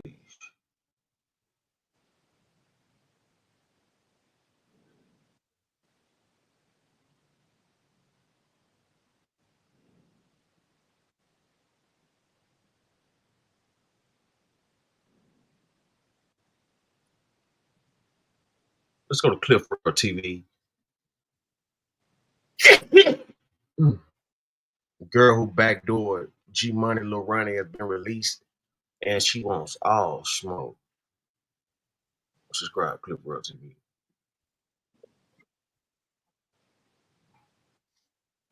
But if the mama want to know what happened and what the know, I'm going to tell her. Because she deserved that. That mama knows. I'm glad the fuck. You know how I am with kids. I would never hurt a kid, bro. I would never agree with nobody hurting no kid, bro. Like, are you cool? You know that. Like, you know that. So for you to bash me like that, you to do the game like that, my mama, you trifling in a hoe, bro. Because anybody know me? Anybody know me, bro? I've never harmed a kid a day in my life, bro. I never did nothing to no kids, bro. I don't agree with that. No kids. I asked him, how could you do that? How the f you sleep doing like that? What? I was mad about that. The no, y'all bashing, so y'all got questions. Ask them. Ask questions, and my mama, I'm gonna tell y'all what's going on. Ask a question. On God, I will let you know. Y'all want to know how we got caught? I will gladly tell y'all. Yeah, tell us all. Shit, they put a track on my car. Tell us everything. I went to jail too. They interrogated me too like I was guilty because I had nothing to do with none of that. None of that. Nothing at all. Hell no. Hell no. Hell no. I didn't have nothing to do with that. But to the way everybody that's bashing me, y'all, because y'all don't know the truth. Y'all don't know the real. Because when the truth mother come out that I had nothing to do with none of that, you all gonna be looking pissy, looking down, stupid, goofy. Like y'all telling me to go to hell. Bitch, I'm out. Y'all, everybody who said I wasn't gonna get out. I didn't take him. I didn't take him nowhere. I didn't take the nigga nowhere. I was already out here. The nigga was already out here. I don't even know how he got out here. I didn't take that nigga nowhere. I didn't take that nigga nowhere. I didn't take him out here. I didn't take him out here. He was already out here. He told me to come out here, and that's exactly what the f*** came out here. I wasn't hiding that nigga or nothing. That nigga knew the chances he was taking, getting in this mother car. I had nothing to do with none of that. I told him, I said, I feel like they following me. I feel like they following me. He told me, nah, ain't nobody following you good. I was getting this car, you got car. That got nothing to do with me. I'm glad they got because I'm scared. The whole time we're in the car ride, I'm scared. This is what the f*** wrong. I'm asking you questions. What you got going on? Why you do that? How could you do that? How could you a kid, bro? How could you do that? How could your fucking kid? The nigga kept telling me he didn't know that baby was there. Are you okay? Are you okay? Are you cool, ho? How could you kid? No, I had nothing to do with none of that. No. Everybody. Now, as y'all heard, the girl is very distraught, but it's going to be an interesting parallel I'm about to draw. This is this reminds me of the Nipsey Hussle situation, the girl who was driving Eric Gardner. You know what I'm saying? She sat up there, you understand me, and told it all. Now, I do believe that this girl is about to tell it all, but I don't think it's going to help because Get Money Lil Roní, baby mama said that she about to get a mud hole stomped inside of her. So I don't think it's gonna help. We're gonna go over that. When they tell, hold on, I'm gonna get this bitch. Hold on, y'all lock this fucking phone. Who fucking phone? See, she already knew that she was finna tell. And show is shit stank. She is telling. Is this mine? Yeah. Okay, this is Shimon here. Come on. Hey y'all. I'm looking mess, but hey y'all. Come on. Hey y'all. Fucking me, she got right that bitch. Right that bitch. I love all y'all on this live. I swear to God, I do from the bottom of my heart. Because one thing about it, y'all didn't play about my motherfucking baby. Everybody was sharing that shit. We love y'all from the bottom of our heart. For real. Because if it wasn't for y'all, they bitch asses wouldn't have got caught. Oh, God. Baby, I was in the addresses, phone numbers, emails, Instagram. Yeah. Tip tonight that was handed to motherfucking you. Yeah, we got too many going on. Now, like I said, in this video, she let it be known that when they catch your girl, you know what I'm saying, they're going to sit up there, you understand me, and stomp a mud hole in her. You know what I mean? Yeah, you know it's serious when, it gets to this degree. Y'all subscribe to Clip World. Girl who was backdoored. Subscribe to Cliff World TV. Girl who's backdoored. G Money Lil Roní has been released, and she wants all the smoke. So this is the baby mother here. You know, she has a lot to say, and so does the lady who's backdoored, allegedly. But clearly, clearly she let them people. I don't know. We're going to see. They're going to stomp a mud hole so deep off into that girl that gophers going to be able to hide out. Groundhogs going to be able to pop out and tell you what season it is. That's how bad they're going to stomp her out, man. Now, she is very adamant and she's standing firm that she had nothing to do with the setup. She keep mentioning the little girl. I didn't know. Did you know that there was going to be a setup in general? You know what I'm saying? Like I say, it's an interesting parallel to be drawn between this situation and the Nipsey Hussle situation. Both of these girls end up getting out of jail. Both of them end up rolling over. You know what I mean? Hey, bro, one thing for sure and two things is for certain. it's not gonna help you by insulting the girl who just lost her baby daddy and her daughter, and they saying that you had something to do with it and you free. I don't think that's good for your health or your safety to talk bad about this girl. Something must not be. Are you cool? You keep asking, are you cool? I'm just trying to see, because like your cylinders ain't clicking. All of your firing pins ain't firing. Because you just get, I don't know, released because you rolled over, gave up all the information, told everything, but I'm pretty sure there's more to tell. I'm pretty sure you're going to tell us some more. Like, why did they do that to that boy and that girl? You seem to know so much. Go on, come out and tell us everything. You said you were willing to tell your side of the story. You really come on to Cliff World TV. Come on and tell it all. Now, I can't promise you that you're not going to get a mud hole stumped in you, because I can almost guarantee you still going to get a mud hole stumped in you. But you say you're willing to tell it all, so come on up here and tell it all. Because from the looks of it, you trying to not make yourself involved. You trying to lessen your role. You trying to get some empathy and some sympathy. Nobody got no empathy or no sympathy for you. You guilty for even messing around with a dude like that. Didn't he take advantage of a 55-year-old woman? Yeah, you guilty of that too. But yeah, like I said, that's all for right now, YouTube family. Just a quick little mini update. For some reason, Lil Mama think it's a smart idea to cause friction between the baby mama now. For some reason, I have no clue.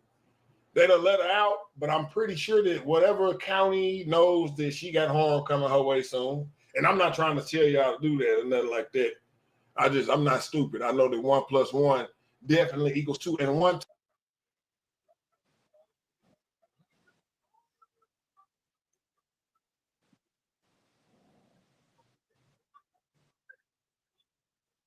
Yeah, it's getting real.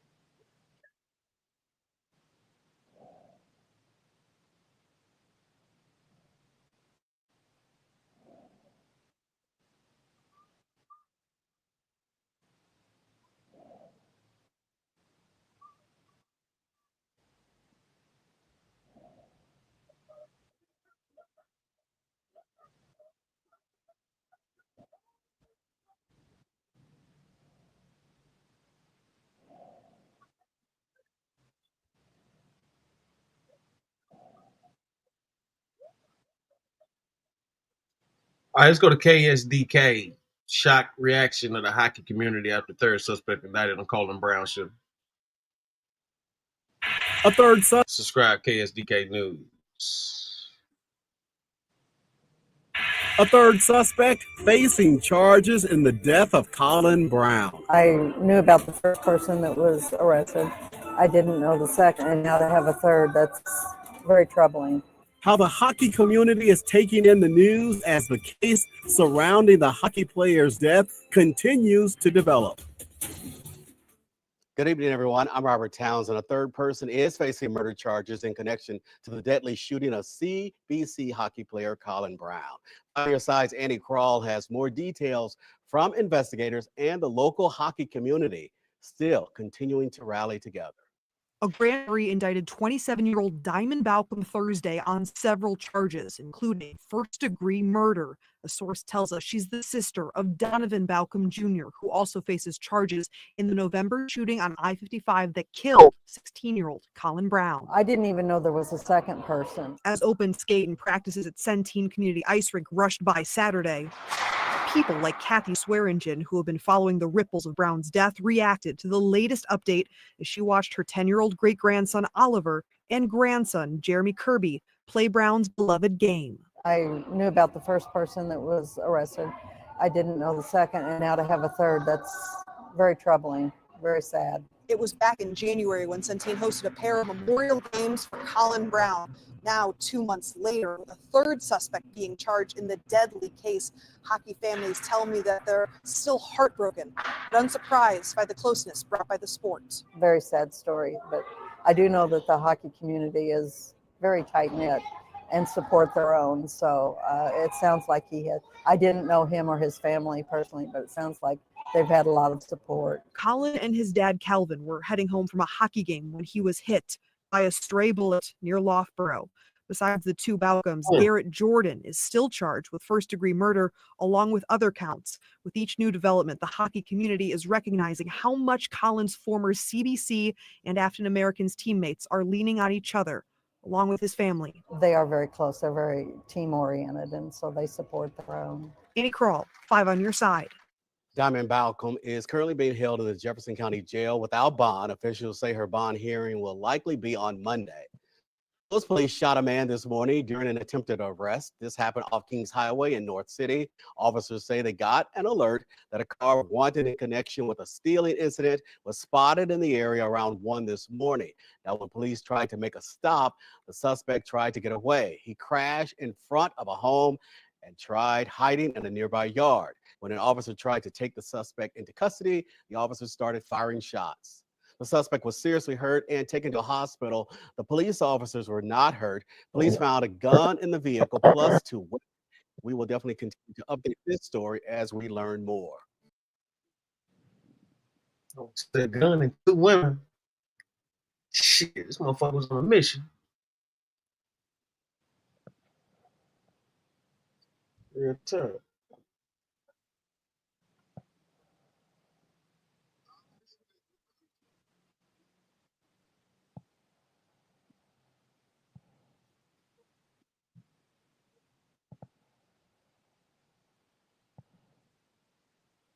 See Hoover Joe up there.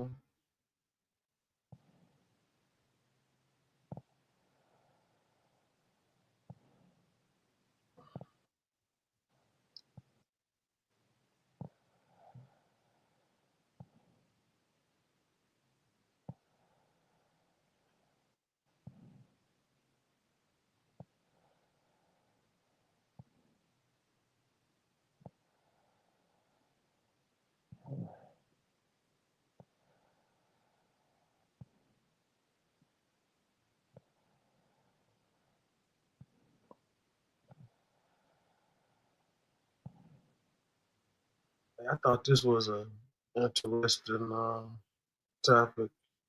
Let's go to Law and Crime Network. Florida doctor forced kids to do sex acts while he watched feds.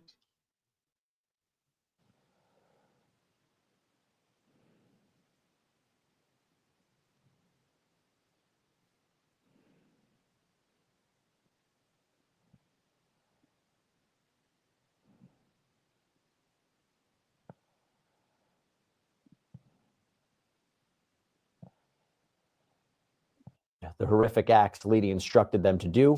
Leedy very clearly engaged in this predatory. I'm assuming this is a case of mistaken identity.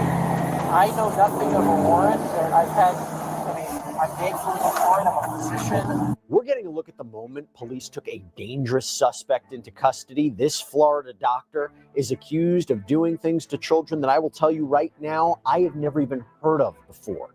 We are going to take a closer look at this body camera video and the charges he's facing in federal court. Welcome to Sidebar, presented by Law and Crime. I'm Jesse Weber. All right, I got to set the stage for this one. So you got a doctor who's serving hospice patients in the St. Petersburg, Florida area, now facing a federal indictment for allegedly sexually exploiting 10 children, including a 13-year-old girl who was found dead.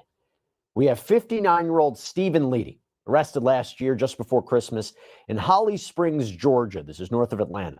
He, his wife, his mother-in-law told police they were headed up to the scenic area of Blue Ridge for the holiday. They were about 2 hours away from their destination when Holly Springs officers pulled them over on the interstate after they got word of a warrant out for Leedy's arrest.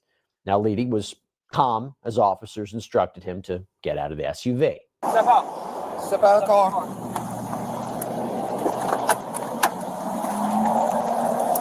What's going on? Put your hands behind the back.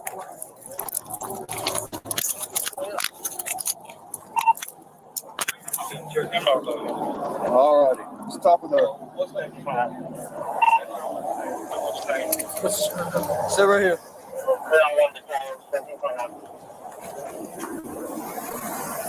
You got any weapons on you? No, sir.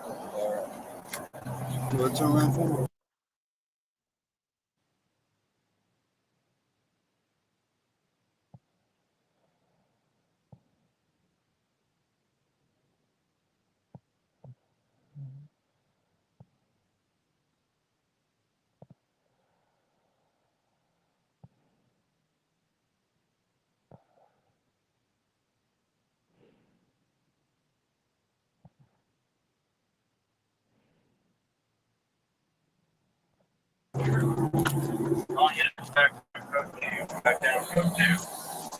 Hey, Wash, you can go ahead and get your car out of the road. All right, stay right there.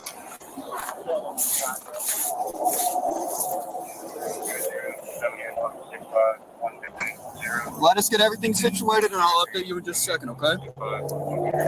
Thank you. Now, the police don't immediately tell Leedy what the warrant is for. They want to be absolutely sure they have the right guy.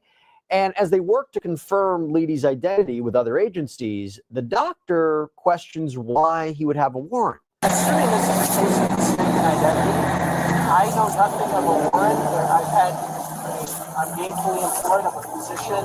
I've had no anything. I've had no. You don't get notified when you have a warrant out. Well, but I'm saying I've had. All right, one second. Before we talk, that not to be silent. Anything you say, you can't look at that.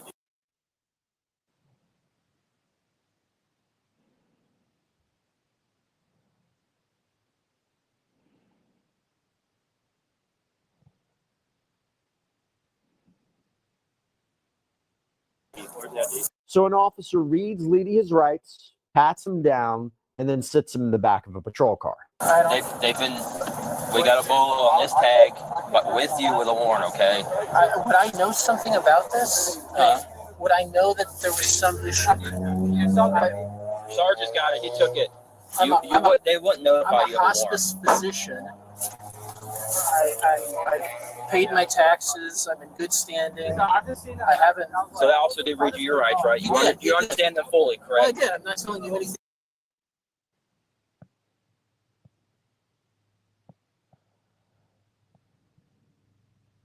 As if he's, got anything going on, but this guy is hiding an entire catalog of a list of horrific crimes.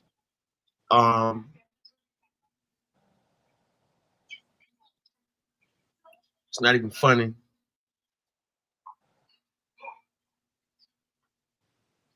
Subscribe to Law and Crime Network. No, I just want to make sure. Yeah. I'm coming up here with my family for Christmas. Is your family's in the car? They are. Okay. Where are you going? We have a place in Blue Ridge. Okay. So I guess I'm, and because you've got me handcuffed and all too, is what's alleged something violent potentially? Is it something that what? Violent potentially? We'll explain it here in just a minute. I own no weapons. I understand that. Okay. 14350. Do you have kids in the car? No. Just you and your wife? My mother-in-law. Your mother-in-law is in there too? She is. Okay. I got to say, as this story and maybe most of the stories on Sidebar show, the world can be something. It is scary thinking about how to protect yourself. And we always try to partner with companies that can maybe help you out, provide some extra security. Well, I'll tell you what, we have a sponsor now called Roní, and here's the thing. Did you know that your personal data is being harvested and sold online by data brokers? Yeah, anyone can buy your personal information. And when that happens, you're at risk for a whole host of things: identity theft, phishing scams, potential stalking, but that is where Delete Me comes in. They help keep your personal information private. I mean, they found dozens of data brokers that had my information. They had to remove it from multiple listings. And by the way, Delete Me will keep monitoring those sites for you so your information doesn't find its way back on there after the first removal. And by the way, using Delete Me has given me peace of mind about my family too, because if someone buys your data via a data broker, they can see information about your relatives. So right now you can get 20% off Delete Me and protect your personal data when you go to joindeleteme.com/sidebar and make sure to use promo code sidebar at checkout. Now, after triple checking the warrant details, an officer gives Leedy more information about why he's in handcuffs. All right, so here's what your warrant's for, okay? We got Fannin. They're going to send us everything, but I'm going to go ahead and tell you, okay? They got you in production of child pornography, okay, and coercion and endangerment of a minor to engage in sexual activity in violation of the 18 U.S.C. So that's what your warrant's for. With your name, they got all your information, your photo, they have everything. So that's what the warrant's for, okay? That's never happened. That's just what it's for, okay? That's what you got it for. That's not even possible. I understand. I hear what you're saying. I'm just going off what they're saying. They got warrants in hand. They have your photograph. They have everything, okay? And that's why all of us are out here. That's a pretty serious crime. I agree. Okay? So that's why all this police presence, that's why we're all here. And that's what it's for. Now, you know, I just didn't want to tell you right away just in case. Like you said, you mistaken identity, whatever it is. But as far as I know, Fannin County has everything. They got your name, your address, your car. They got your photo.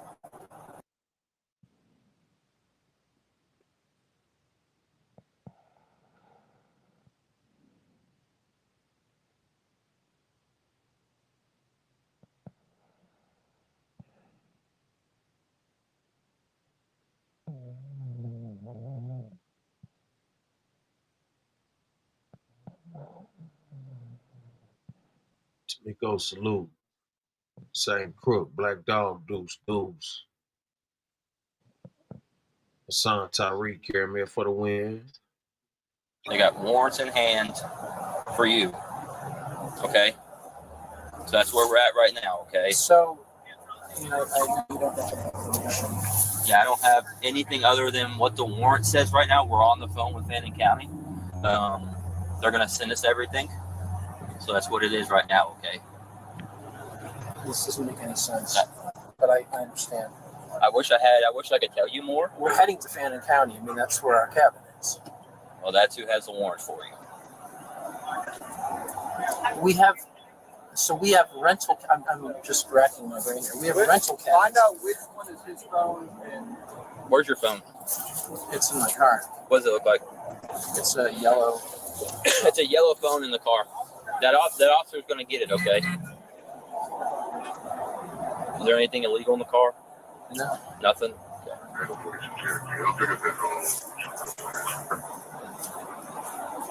to take him to PD. Yep. We're going to watch him. Okay. Make sure he has nothing on him. No, if he's good. Fannin's going to come down? Yeah. The FBI's coming down. Okay. So this is what's going to happen, okay? This officer here, Officer Cantrell, is going to transport you to our police department, okay? Where some people are going to come and talk to you, all right? That's it. Okay? Yeah. We're going to let your wife know, okay? So what are they going to do? I'm assuming they're probably going to continue on where they're going. So Leedy seems pretty dumbstruck by the allegation that he might be involved in the creation or possession of child sexual abuse material. The police take him to headquarters, where Leedy was then turned over to the FBI. His wife, his mother-in-law, they were free to leave, but officers didn't reveal at the time exactly why Leedy was in custody, only saying he had 5 warrants out for his arrest. And that was for good reason. The U.S. Attorney's Office for the Middle District of Florida announced in January that Leedy had been indicted on 3 counts of production of child sexual abuse material and 2 counts of coercing or enticing a minor to engage in sexual activity. According to court documents under the username Maximum Uncle number 9112, Leedy allegedly victimized 10 children through online chats and video calls. And the Tampa Bay Times reports that Leedy even used the video game messaging platform Discord. Now, prosecutors allege that not only did Leedy demand that these alleged victims do things that were sexually explicit, but he directed them to cut and hang themselves. When I told you I've never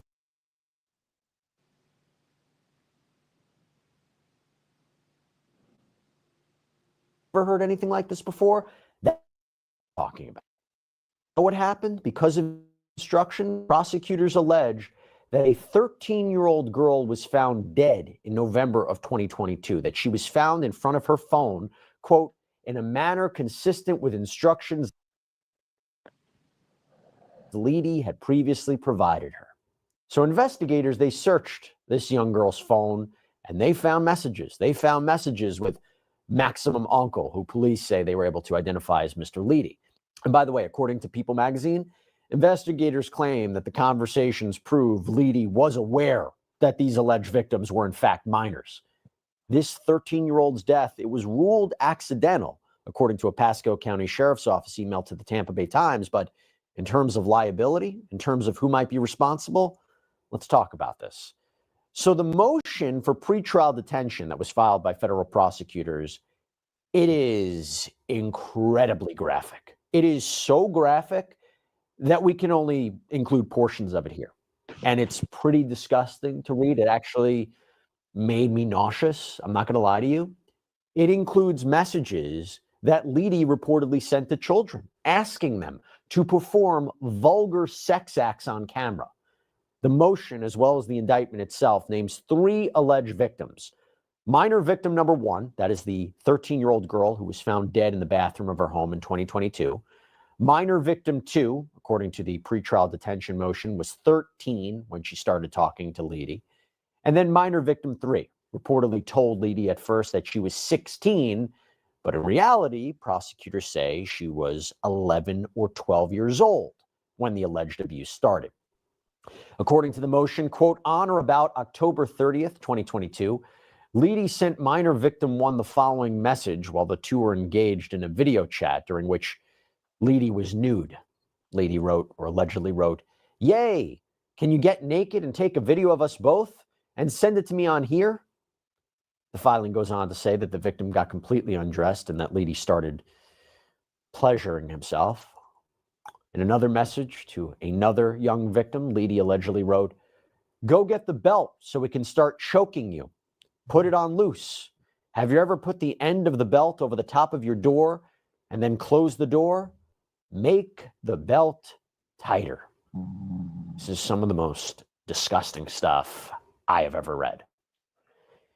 In a message sent to minor victim number 3, Leedy allegedly wrote, "Such a pretty body," and quote, "You have the perfect little girl body. I love it so much." According to the motion, pursuant to a search warrant, law enforcement reviewed Leedy's account on an online social media application and discovered several other minor victims who apparently Leedy instructed to produce child pornography, self-mutilate, or hang or choke themselves. Leedy never revealed his true identity on this online social media application, and when he spoke to the minor victims on video chat, he maintained a black screen to further conceal his identity. That's what the filing says. The motion also states, quote, Leedy's conversations with other minor victims on the online social media application also revolved around production of child pornography and self-harm / self-mutilation. And remember, the feds believe that Leedy targeted at least 10 children online.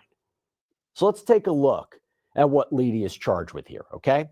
Count 1 of the indictment accuses Leedy of production of child sexual abuse material. It reads, on or about October 30th, 2022, in the Middle District of Florida and elsewhere, the defendant, Stephen Andrew Leedy, did employ, use, persuade, induct, entice, and... As you guys can see, this guy has abused all kind of privileges, the white privilege, the job privilege, man privilege.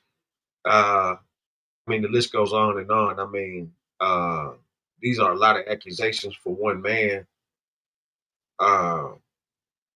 Sheesh, you know.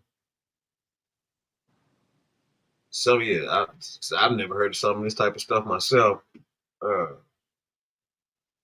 It's going to get interesting. Coerce minor victim 1 to engage in any sexually explicit conduct for the purpose of producing any visual depiction of such conduct or for the purpose of transmitting a live visual depiction of such conduct. And the visual depiction was produced and transmitted using materials that had been mailed, shipped, and transmitted in and affecting interstate and foreign commerce by any means, including by computer. Count 2, same charge, but it's in connection with minor victim number 2 in December of 2021. And then count 3, coercion and enticement of a minor to engage in sexual activity.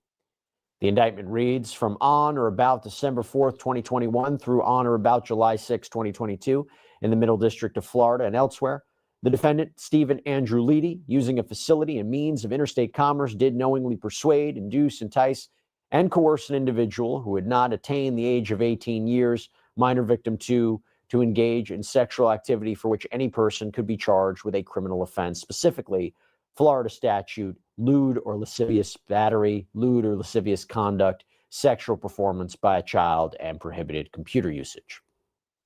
Count 4, production of child pornography.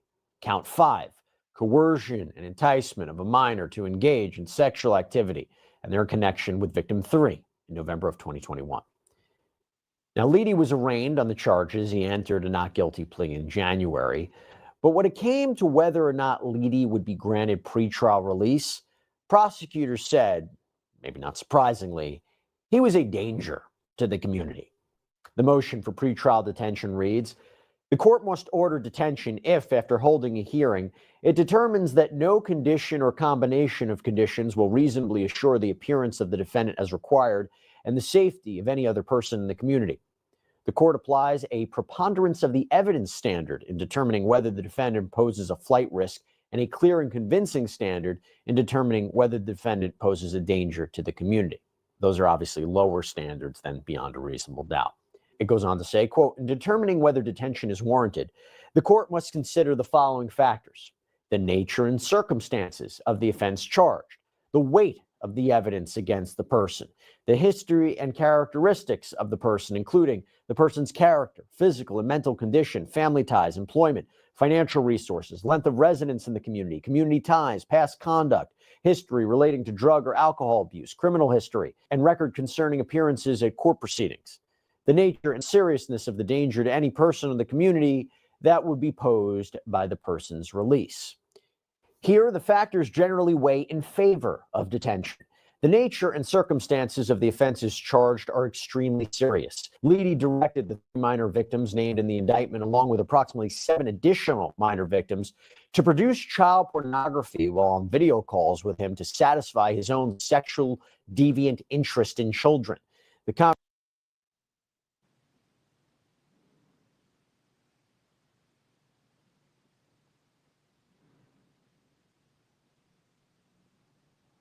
conversations continually revolved around his control over the minor victim, commenting on how obedient they are and asking at least one minor victim to refer to him as my lord, behind the cloak of anonymity, either lying about his identity or using a black screen while engaging in video calls with the minor victims.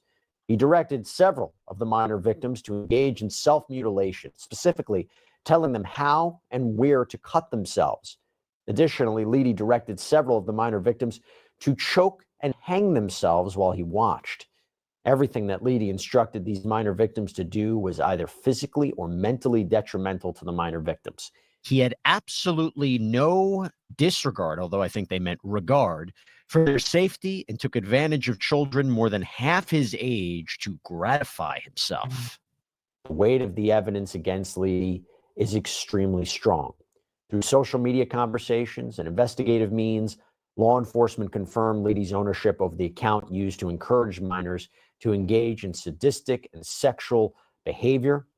Minor victims have been interviewed, identified themselves within conversations, and confirmed the horrific acts Leedy instructed them to do. Leedy very clearly engaged in this predatory behavior with approximately 10 minor victims across the country. And the government ended their request for pretrial detention by saying, Leedy is an extreme danger to minors in society, and his release from custody would be in direct conflict with maintaining community safety. And you know what?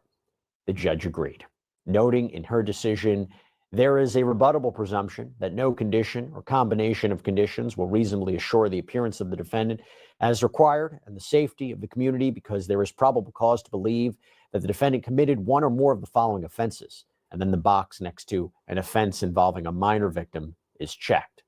And the paperwork also noted that Leedy would be subject to a lengthy prison sentence if he's convicted, possibly spending the rest of his life behind bars. And the document also indicated that Leedy, quote, has significant family or other ties outside of the United States, and that there was a prior attempt to evade law enforcement, but no further details were provided about that.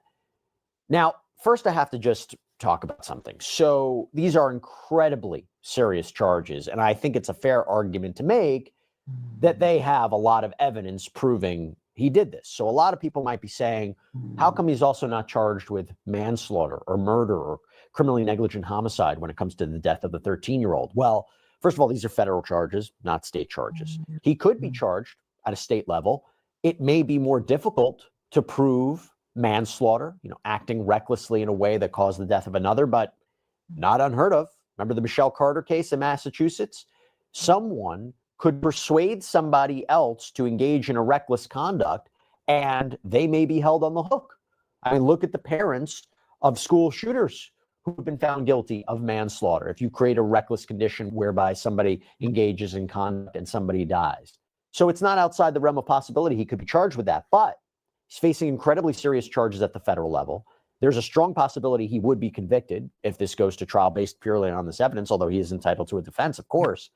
But you might be saying this is an easier shot to get him convicted and spend the rest of his life in prison than perhaps a more complicated case at a state level. But then again, nothing preventing him from being charged at a state level. Just something that I was thinking about. Haven't seen anything in our research to indicate that that was on the table, that he could be charged directly in connection with the 13-year-old's death. But again, just something to think about. Now, Mr. Leedy. He is what was called a palliative care doctor in the Tampa Bay area. He worked with patients going through hospice at the end of their lives. And Leedy's wife, Linda, had served as chief administrative officer of the Juvenile Welfare Board of Pinellas County for the last 10 years. The board's CEO put out a statement after Stephen Leedy was arrested, saying Miss Leedy is a valued member of JWB's executive leadership team, where she holds herself and others to the highest standards of ethical and professional behavior and possesses impeccable integrity. While this news leaves us stunned and saddened for Miss Leedy, her family, and any potential victims in this case, I have the utmost confidence in her ability to continue to carry out JWB's mission of strengthening the lives of our county's children and families. In other words, this seems to suggest she had absolutely no idea about these allegations surrounding her husband. Now, Linda Leedy ended up resigning from her position. She hasn't been accused of any wrongdoing, said in her own statement to the board, I understand that the extraordinary circumstances surrounding my personal situation have made my continued employment untenable. Now, there are always two sides to the story. Everybody's entitled to a defense. So attorneys for Mr. Leedy have maintained that he is innocent, saying our client, Stephen Leedy, adamantly denies the charges that have been filed against him in federal court. It is particularly important in moments like this when someone is being accused of very troubling allegations that we afford him the presumption of innocence. Of course, he's entitled to that. We will be entering a not guilty plea at the earliest opportunity and look forward to vigorously defending Dr. Leedy in court. And by the way, that also means trying to exclude this evidence from coming into trial, which would severely weaken the prosecution's case, and on top of maybe potentially cross-examining these alleged victims. So we'll see which way the defense goes. What we do know is that a jury trial is scheduled for this summer. That can obviously change. The date could be pushed back. But the attorneys are expected back in court for an update in May. And as I mentioned, if convicted on all counts, Stephen Leedy faces a maximum penalty of life in federal prison. We will continue to follow this story as the case progresses. I apologize for having to go into this detail, but it is important to understand the evidence against him and shining a light on the dangers of what is out there. That's all we have for you right now here on this episode of Sidebar. Everybody, thank you so much for joining us. As always, please subscribe on YouTube, Apple Podcasts, Spotify, wherever you should get your podcasts. I'm Jesse Weber. I'll speak to you next time. Yeah, that's a real deep situation right there. I mean, this guy was, like making this another job on the side or something. That's a lot of activity going on for someone to be, in such high power. Respectfully, the wife in the situation, I'm glad that her job recognized her being, of quality. Uh, this is just a horrible act, that she was just put in. Uh, man, I can only imagine. But one thing about these situations, you just never know. You never know who you really dealing with until you deal with. Like I can guarantee, she probably had no idea, but for that guy to be on the loose that long, you could imagine what kind of connections that he was using off of her name or access or to whatever she was doing. Like, I don't know, man. It's that's like she never saw that coming. Nobody did. I'm pretty sure.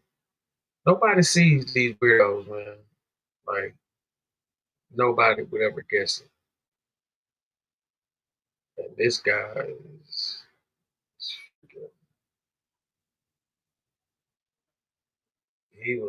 he's on another level. That's all I have to say. Like, this guy's on another level.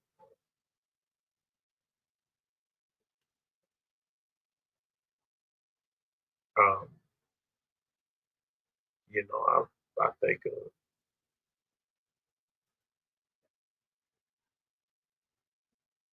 think of different, crimes and things I heard of in my day.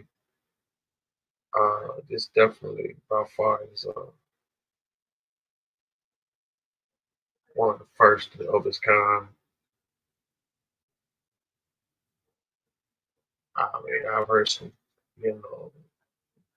gruesome cases. I mean, it's, but for somebody to be that deep, like he's a troll, basically.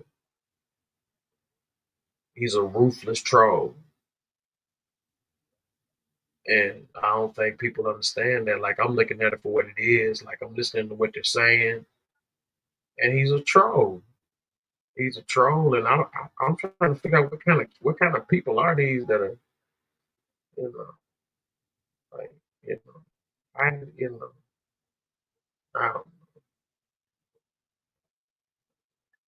I don't know. It's definitely a weird situation, man. I'm having a hard time figuring out, like, where are these people coming from? Like,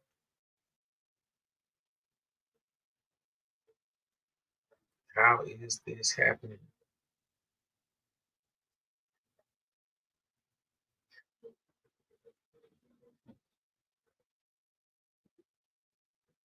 That's out to everybody coming through.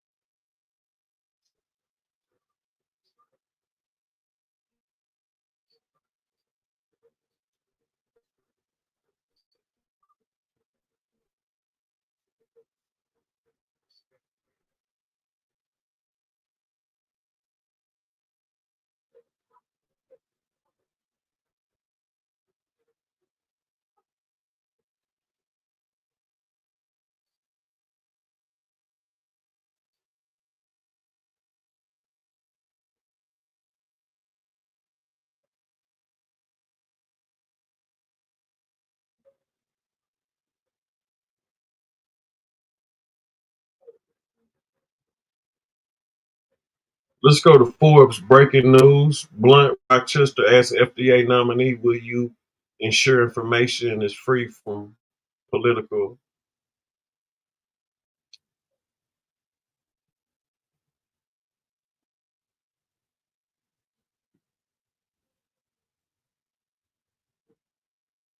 influencer, subscribe before it's breaking.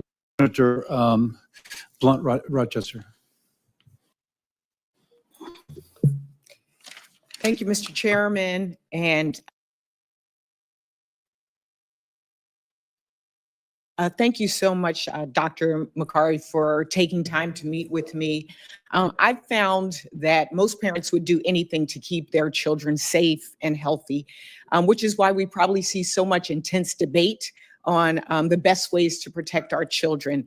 And the FDA has historically been seen as the authority on reliable information about public health issues related to medical products, food, tobacco, cosmetics, dietary supplements. However, people are getting their information in many different ways now, in many different places. And we're faced with a growing challenge of opinions replacing scientific consensus and the proliferation of misinformation and disinformation. Parents need accurate, science-based information to help make informed decisions for their children. How would you use your position as FDA commissioner to compete with uninformed voices and to share evidence-based, consensus-driven information that is free from political influence? Well, thank you, Senator, and I enjoyed our time meeting together. I believe very much in empowering people with good information. That's why I've written 3 best-selling books to try to educate people about health. And I do think you can explain to people with humility what we know and what we don't know, and then they're going to trust us more. Trust in doctors and hospitals is at a crisis right now. It was 71% in 2019. 71% of the public trusted us in 2019. Now it's down to 40%. That's a 31-point drop in my profession. That is a major problem. If we have the cure for pancreatic cancer, but only 40% of the public is going to come in and take it because the rest doesn't trust us, then that medication is only 40% effective. So I think we fight bad ideas with more ideas. I do not believe in censorship of scientific opinions. I think we need a civil discourse. Unfortunately, we have a sort of toxic discourse right now in the United States and the politicalization of immune cells in some cases.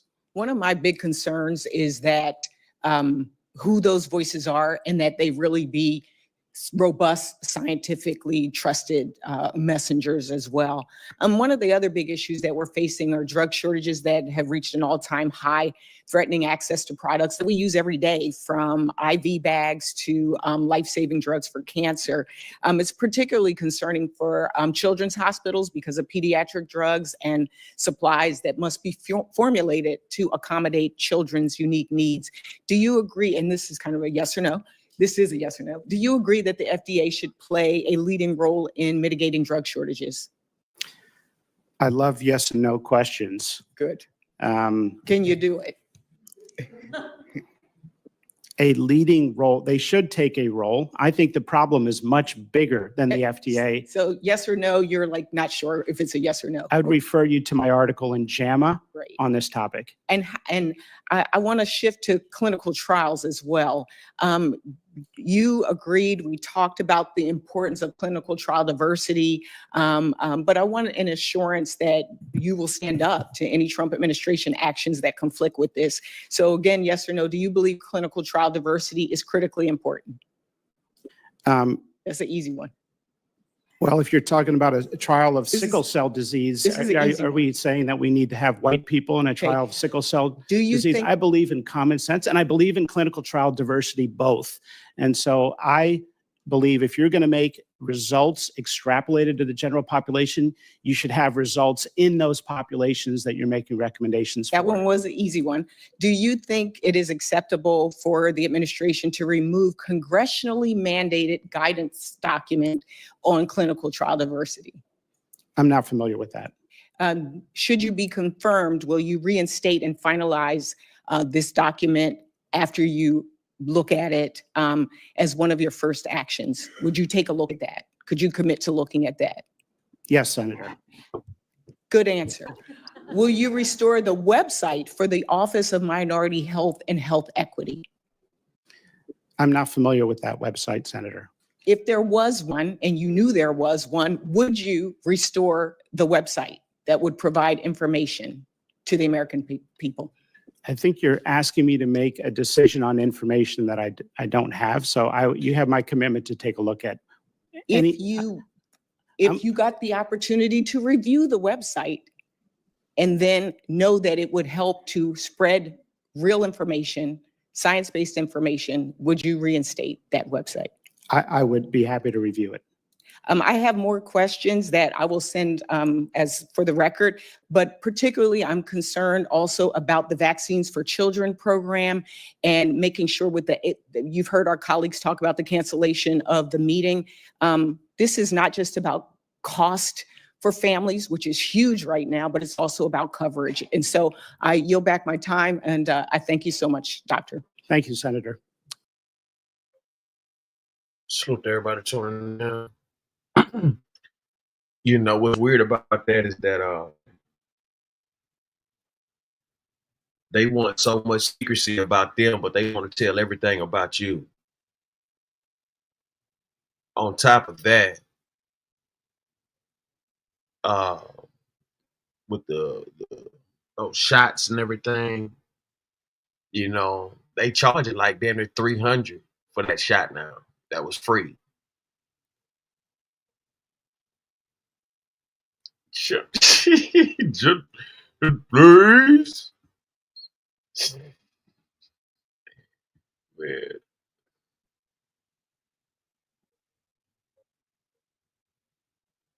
Nigga, pause up and saying that's your mentor, nigga. That's nigga, you and that nigga ain't You don't have the cards right now. You don't have the cards right now. You don't have the cards. Crook, you don't have the cards right now. You don't have the cards right now. You need to just admit that's your brother.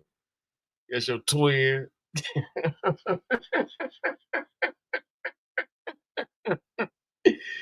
Because you don't have the card right now. You don't have the cards right now to dispute it. So just admit that's your long lost twin, you know. It's your famous twin shining, and you know what I'm saying, you know. Hard to swallow, you know what I'm saying? Everybody know what I'm saying.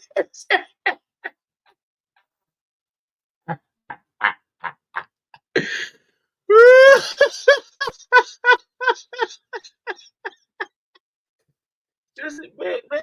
Just admit.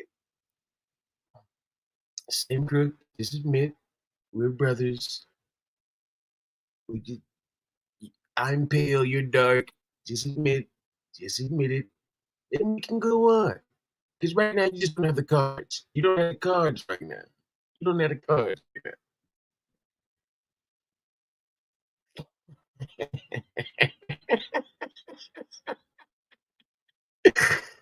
Hey, shit. All right, let's go to News Nation. Diddy Luigi Mangoin, prison partially locked down by riot. I wonder they all in the same place. Let's go to News Nation. Where I bring in Gene Borello. He's a former mob enforcer who served time in the very same unit where Luigi is housed. And as of now, Luigi's not allowed to have visitors in that unit. Gene, good to have you back on the show. Thanks so much for doing this. What is a modified operation plan? What does that look like? So if it's a lockdown, the whole building is locked down. It means it's a security risk, which means they will not let you out. Under any circumstances, you have to be escorted by a cop to go anywhere. Like you said, just for a lawyer, you'll only be able to be escorted to the lawyer, and that's it. Which means that if it is locked down, there will be in order to shower, you have to come out the cells one by one, and you get like 3 minutes each to even shower. So that means that like you just said, it's a race riot. So they can't let nobody out until they know for sure that people aren't going to attack each other when the cells open up. So, I mean, it sounds like it's miserable. If you can't have any freedom within an arrangement where you have no freedom, it sounds like this is going to make a lot of people mad. Well, they don't really care. And let me tell you what's going to happen here. It could even go, if it was gang members, let's just say if it's like two big, powerful gangs that are killing each other, they'll lock it down countrywide in the feds. They won't let nobody out in the feds because when gangs beef with each other, it goes through the whole system. So if the MS-13s kill somebody that belongs to the Serranos are going to say, any MS-13 we see, we're going to kill them. So they won't let nobody out to the country unless these beefs are squashed. So they'll make shot callers meet each other. And basically with the cops, this is crazy, I know, to make the beef, to squash the beef unless nobody comes out. That's just the way it So goes. let me ask you, we sorry to interrupt. We heard that, where Luigi and Diddy are, it's different, right? It is not the same. Yes. It's not your dad's lockup.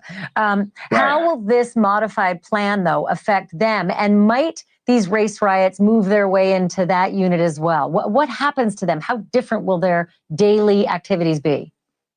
Well, like I said, they're in dorms, so you're just going to be on your bed, but there'll be no phones. I mean, if you get a nice cop, I mean, I'm pretty sure actually, no, the phones are probably shut down, so you won't even be able to use the phones at all. You'll basically just be on your bed all day. You go to the bathroom and back to your bed. It depends on the officer that you have on. He might let you sit in the day room. Not supposed to, but you won't be able to go into the room and work out. You have to stay in bed, and that's it. There's no commissary. There's no movement in the building. There's nothing. Just get your meals, and that's it. Can't imagine that. I can't imagine any of it, for starters. But I have about 10 seconds left, but I have to ask you this. How long could this go on? So I've seen it go on for a month. It depends on who's beefing with each other. If it's something that could trickle down to all the prisons, they won't let you move. They don't care how long it is. It has to be cleared up. It's a security risk. Well, I'm calling you again. Keep your ear to the pipeline and let us know. Call me if you hear anything, and let's find out where this goes from here. Thanks so much for doing this tonight. Good to see you again. No problem. Thanks for watching. Go to joinnn.com to find News Nation on your screen. And don't forget to click the red subscribe button below to get more of News Nation's fact-driven, unbiased coverage. DJ Crook, they got cable TV, Uber Eats, all that, huh?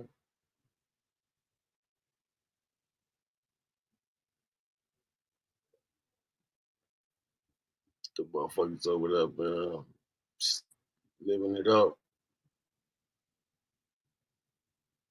with not much, huh?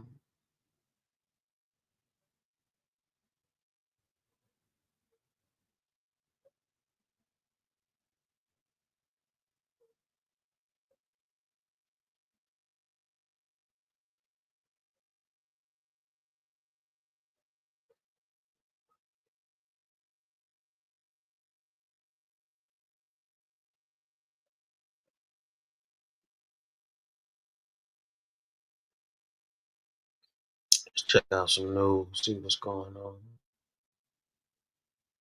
I thought this was pretty interesting here. Former Olympian is on the FBI most wanted list. They call him a kingpin. Let's see what he's talking about.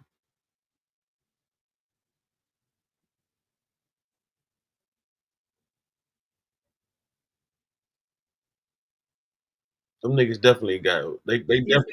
News Nation's Jorge Ventura joining us live. And Jorge, armed, dangerous, and on the run. What are we learning about this?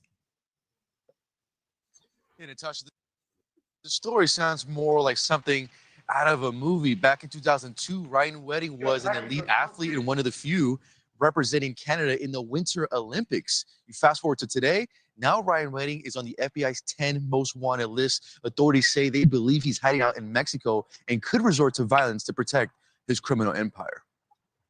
Wedding went from being an elite athlete to running one of the most sophisticated drug trafficking networks in North America. 43-year-old Ryan Wedding, an Olympic athlete turned drug lord, has been added to the FBI's 10 most wanted fugitives list. Authorities say the man who operated under the aliases El Jefe, Giant, and Public Enemy may be hiding in Mexico.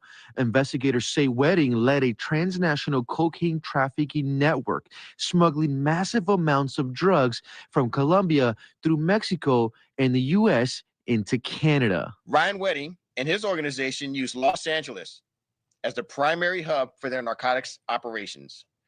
An estimated 60 metric tons of cocaine per year and 5 metric tons of fentanyl per month moved through Los Angeles on its way to U.S. and Canadian cities. But it wasn't just drugs. Authorities say he ordered multiple murders to protect his operation. In November 2023, Wedding allegedly ordered 2 people killed in Ontario, Canada, as retaliation over a stolen drug shipment. Another murder came in May 2024, allegedly over a drug debt.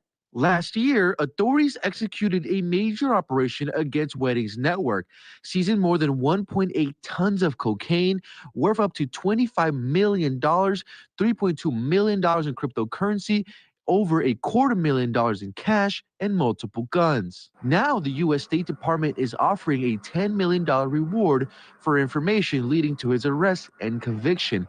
Canadian and Mexican law enforcement are also helping with the manhunt. Our job as prosecutors Jesus is to Snowman. eliminate and completely destroy these organizations so that they stop harming American communities. Now, Ryan Wedding is still on the run. Authorities continue to emphasize that he is armed and dangerous. Now, the FBI and the U.S. State Department are asking the public for any information or tips leading to his arrest. Natasha. Thanks for watching. Go to joinnn.com to find News Nation on your screen. And don't forget to click the red subscribe button below to get more of News Nation's fact-driven, unbiased coverage.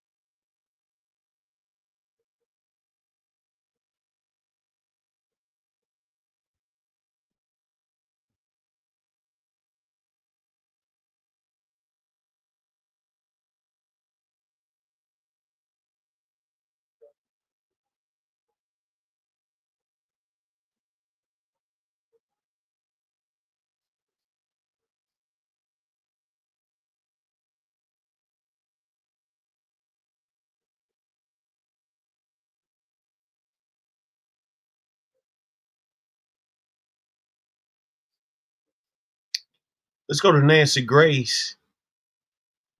Did he do it? Rapper claims feds targeting him with racist law. Subscribe, Nancy Grace. Breaking news tonight. Diddy whines. It's not fair. Claiming the sex attack and sex trafficking charges against him are racist. That, as a bombshell, the case against Jay-Z has been dropped. Does that bode well for Sean Combs? Will his case be dropped next? Good evening. I'm Nancy Grace. This is Crime Stories. Thank you for being with us. In a shocking twist, a P. Diddy and Jay-Z accuser drops a bombshell lawsuit after accusing the infamous rappers of sexual assault. Is that the beginning of the domino trail falling? A main charge against Jay-Z has just been dropped with prejudice. But first, in a new defense, Sean Combs, a.k.a. Diddy, a.k.a. Puff Daddy, a.k.a. Puff, a.k.a. Puffy, a.k.a. Love, it goes on, is claiming he is the victim. Not all the women that are claiming he raped them and videoed them being raped in his freak-off videos, but now he is the victim, according to him. Sean Combs, claiming that he is being targeted, that he is being singled out by a racist statute. Listen. Combs' attorneys argue that the statute has only been used to prosecute people of color, writing that the law has a long and troubling history as a statute with racist origins used to target black men and supposedly protect white women from them. And, quote, what was racist in its inception has often been racist in its operation. They further claim that using escorts is widely accepted in American culture today, and Combs is being prosecuted for conduct that regularly goes unpunished for white men. Has he lost his mind? To Dr. Bethany Marshall joining us, renowned psychoanalyst, joining us out of the LA jurisdiction, author of Deal Breaker, and you can see her now on Peacock. Wait, this is completely bass-backwards. Sean Combs is claiming he's the victim of who? Oh, the government, the big bad government. Explain. You know, Nancy, haven't you taught your children since the time they were infants, toddlers, to take responsibility when they do something wrong? They hit their sister, they have to say, I'm sorry. It's such a basic part of being human and being in society and being connected and engaged, is that when we do something to hurt other people, we cop to it. We acknowledge it. He is now blaming the victims, blaming the government, blaming everybody else. And this actually makes him look like more of a predator. I don't think this is going to play well in court, Nancy. These jurors are going to want to know that he has some remorse. Otherwise, they're not going to let him out of prison ever, ever, ever, and unleash him on society. Okay, you know who this is reminding me of, Dr. Bethany? It's reminding me of a guy that you and I have investigated and covered. His name is Stefan Stearns.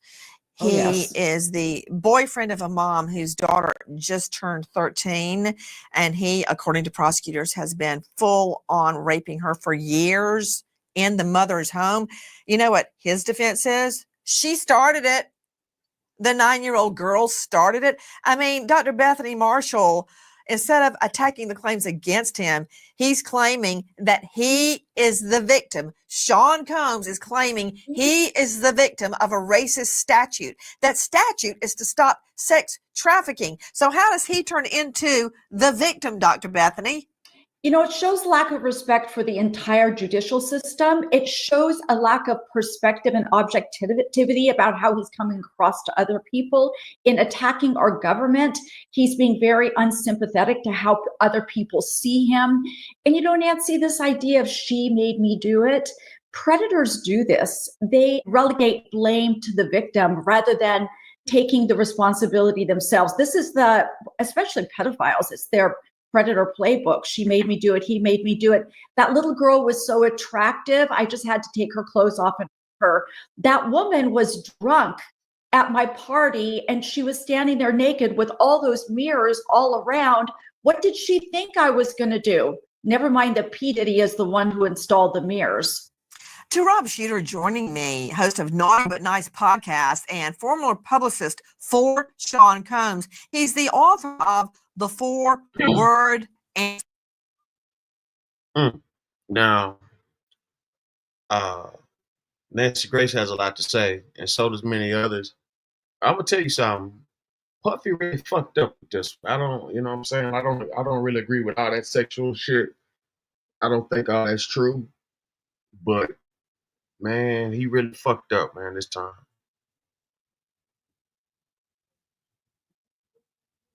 Nancy Grace shows no mercy. Subscribe to Nancy Grace. Did he do it? Rapper claims feds targeting him with a racist law. I agree. Sir, Rob, about that. This is a PR disaster as far as I'm concerned. Of course, I look at things differently by the letter of the law. To turn around and claim Sean Combs is claiming he's the victim. You worked for him. Remember, you told me he ordered cheesecake at 3 a.m. and expected some lackey to run out and get it, and they did. That guy is the victim in this scenario? Yeah, I agree with you. This is a ridiculous response. However, it's not a surprising response, at least to me, having worked with Puffy. Puffy always manages to make himself the center of everything, and he's done that once again here, being the victim. I'm not sure how it's going to play out, but I do know when you've got very few options. When it looks as if you are guilty here, you're going to throw everything at the wall. So I predict if this doesn't stick, we'll hear more crazy explanations. But what we won't hear is that he did it. He won't take any responsibility for this. He's gotten away with this, Nancy, for a really long time. And, you know, he's done things before when I worked with him that I thought was just a bad PR response. And I ultimately turned out to be wrong. He's really, really good at getting attention, of changing the message. He's done it for over 20 years. And so far, Nancy, it's worked out for him. And joining me right now, in addition to Rob Shooter and Dr. Bethany Marshall, Lynn Shaw is joining us, founder and executive director of Lynn's Warriors, a nonprofit. They do this for free, dedicated to eradicating sex trafficking. Lynn, thank you for being with us. What he is relying on and claiming that he is being singled out, that he is the victim, is the so-called Mann Act. I remember studying it in first year law school, but it was very rarely used. But then quickly it became the basis for conspiracy prosecutions, such as the one here. So in recent years, say the last 20 years, it's been used frequently. And what the Mann Act is about is to stop the transportation of women across state lines for human sex trafficking. He is claiming, Lynn Shaw, that he is the victim, that the law is racist.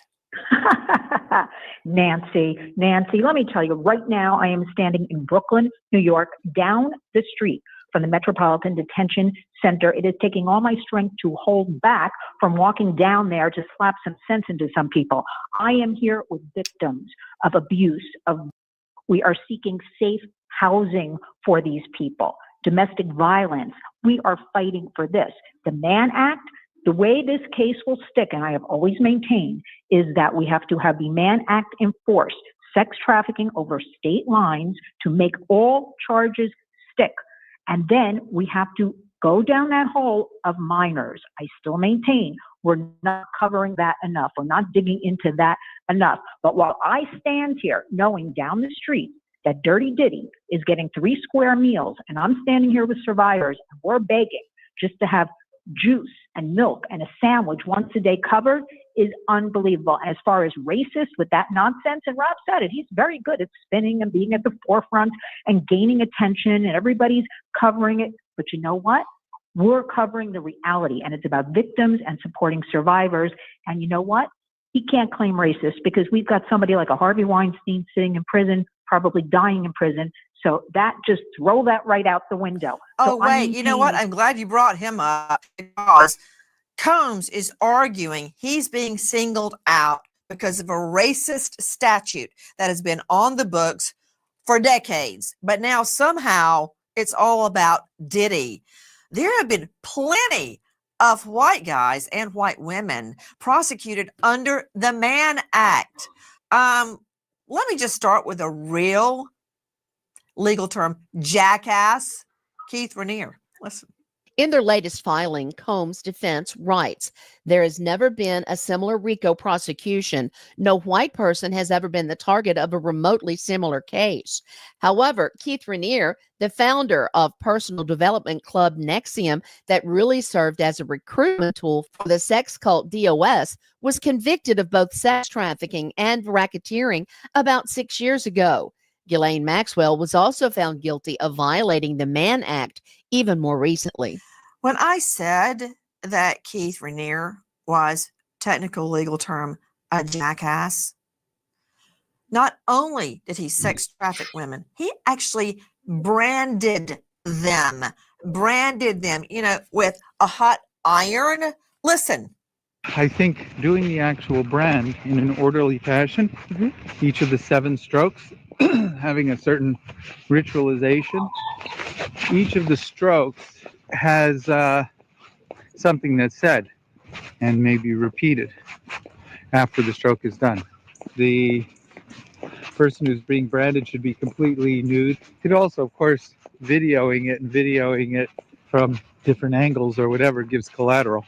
It probably should be a more vulnerable position, feet being held to the side of the table, hands probably above the head being held, almost like tied down, like a sacrificial whatever. And the person should ask to be branded. Should say, please brand me, it would be an honor, or something like that. An honor I want to wear for the rest of my life. Okay. Dr. Bethany, help me, please. Did you hear Keith Rainier, the white guy that was prosecuted for sex trafficking? Did you hear him describing the branding process? Nancy, I don't even know where to begin with that. First of all, he's ritualizing a perversion, right? This is a perversion, wanting to brand women. He, please, will you brand me? That statement does do two things. One is it's a legal defense, right? If he says that, if they say he did it against their will. But secondly, it makes him feel so superior in charge, as if he's dominating them. And the cameras from every angle. Nancy, that sounds like P. Diddy. That sounds like that big party room where he put the mirrors on the walls and the floors and the ceilings so he could see from every angle. Also shows two purposes: sexual excitement and putting the victims in humiliating situations so that you have ammunition against them. Dr. Bethany, I really don't know how you help patients if you can't speak plainly. When you say see, and you do the little quotes, I've been guilty of that. But when you say see from every position, you mean close-up shots of the ladies as they're being. I mean, that's right. I had to learn that with juries. Right. And I almost stuttered the first time I had to curse and say the P word and the C word and the F word and the blah, blah, blah word. When I would be quoting defendants and what they said, I got over it because it doesn't matter. What matters is what happened to these victims. And when I hear Keith Rainier talking about what he did, you're right. The comparisons to what Sean Combs allegedly did to his victims is exactly correct. The videoing them, the having them in a submissive position, an embarrassing position, making them humiliated, making them humiliate themselves, according to Rainier. But he was prosecuted under the same statute that Combs is now whining about. Listen. With these convictions, Rainier stands convicted of racketeering, sex trafficking, and related crimes. Over the last 7 weeks, this trial has revealed that Rainier, who portrayed himself as a savant and a genius, was in fact a master manipulator, a con man, and the crime boss of a cult-like organization involved in sex trafficking, child pornography, extortion, compelled abortions, branding, degradation, and humiliation. His crimes and the crimes of his co-conspirators ruined marriages, careers, fortunes, and lives.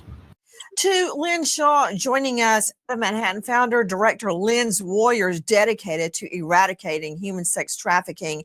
Lynn, same thing here. Rainier portrayed himself as a genius, as Diddy portrays himself as a musical genius. That is how they convince victims to go along with them, the way they portray themselves. But now Combs claiming he is the victim of a racist statute. Nancy, they always very cleverly, these exploiters, they just flip the book. They are describing themselves, as these geniuses or these masters of the universe, or they're going to make somebody a star, or they're going to provide them with beautiful clothes and jewelry. Oh, we're going to give you a career. I tell you, when anybody hears that, you run the other way. They are exploiting vulnerable people. All of these men so far we've talked about all have the same traits. They take advantage of vulnerable people. They sell them a bill of goods. They are the ultimate con artists preying upon victims, brainwashing almost. And you know what? Enough. Not on our watch, not on anybody's watch. Wake up, everybody. Sean Puffy Combs asked for the court to dismiss federal charges, arguing racist origins, claiming he is unfairly being prosecuted as a black man. That's right. Although legions of men and women have been prosecuted under the Mann Act, white and black, Combs is now whining. He is the victim of this statute, the Mann Act. To Wendy Patrick joining me, veteran California prosecutor, president and founder of Black Swan Verdicts, author of multiple books, and star of Today with Dr. Wendy on KCBQ. That typically doesn't work in court. When you try to argue to a jury, it isn't fair.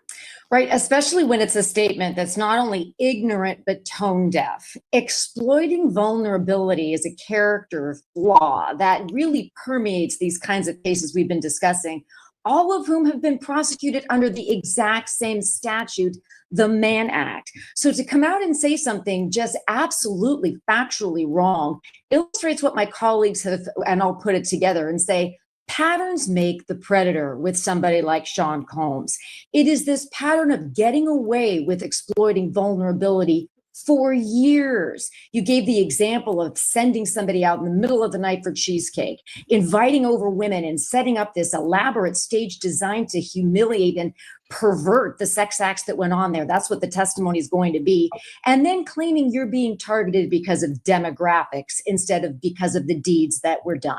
This is the type of thing that is not going to, as our colleague Rob no doubt can predict, is not going to be favorable in the press and not favorable to a jury either. Yeah, Rob Shooter joining me, PR guru, host of Naughty But Nice podcast, and former publicist for Combs, author of The 4-Word Answer. This is not going to hold up in a court of law, but I want to remind you, Rob Shooter, and then I've got a few questions for you about your former client, Sean Combs, that there have been many defendants, criminal defendants charged under the Mann Act, men and women. I'm referring specifically to Ghislaine Maxwell. Rob Shooter, why does Diddy think he's so special?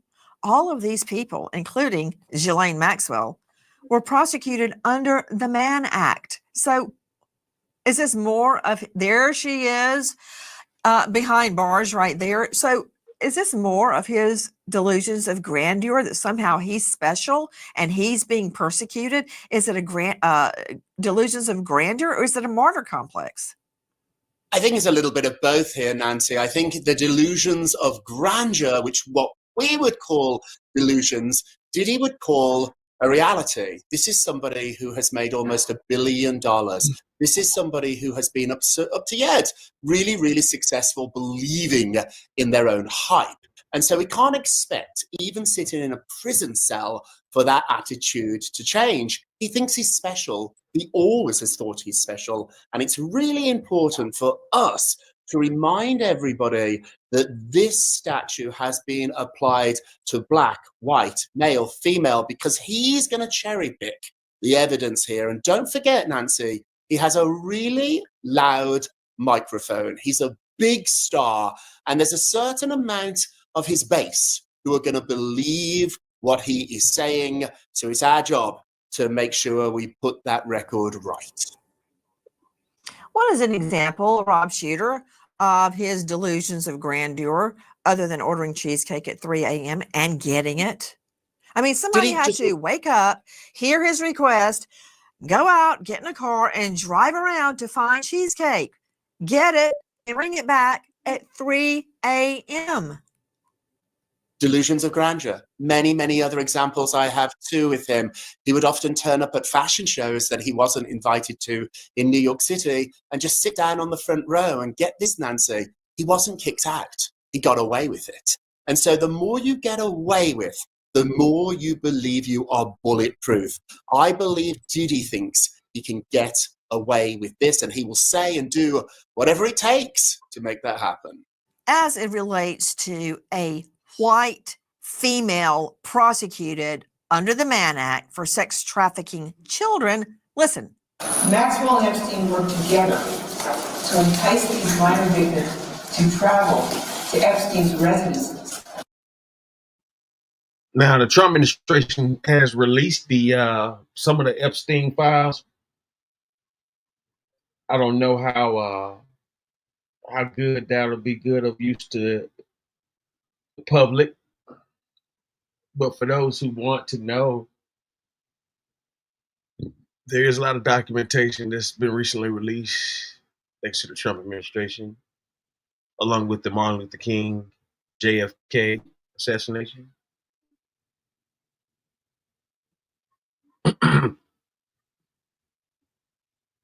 His residence in New York City, on the Upper East Side, as well as Palm Beach, Florida, and Santa Fe, New Mexico.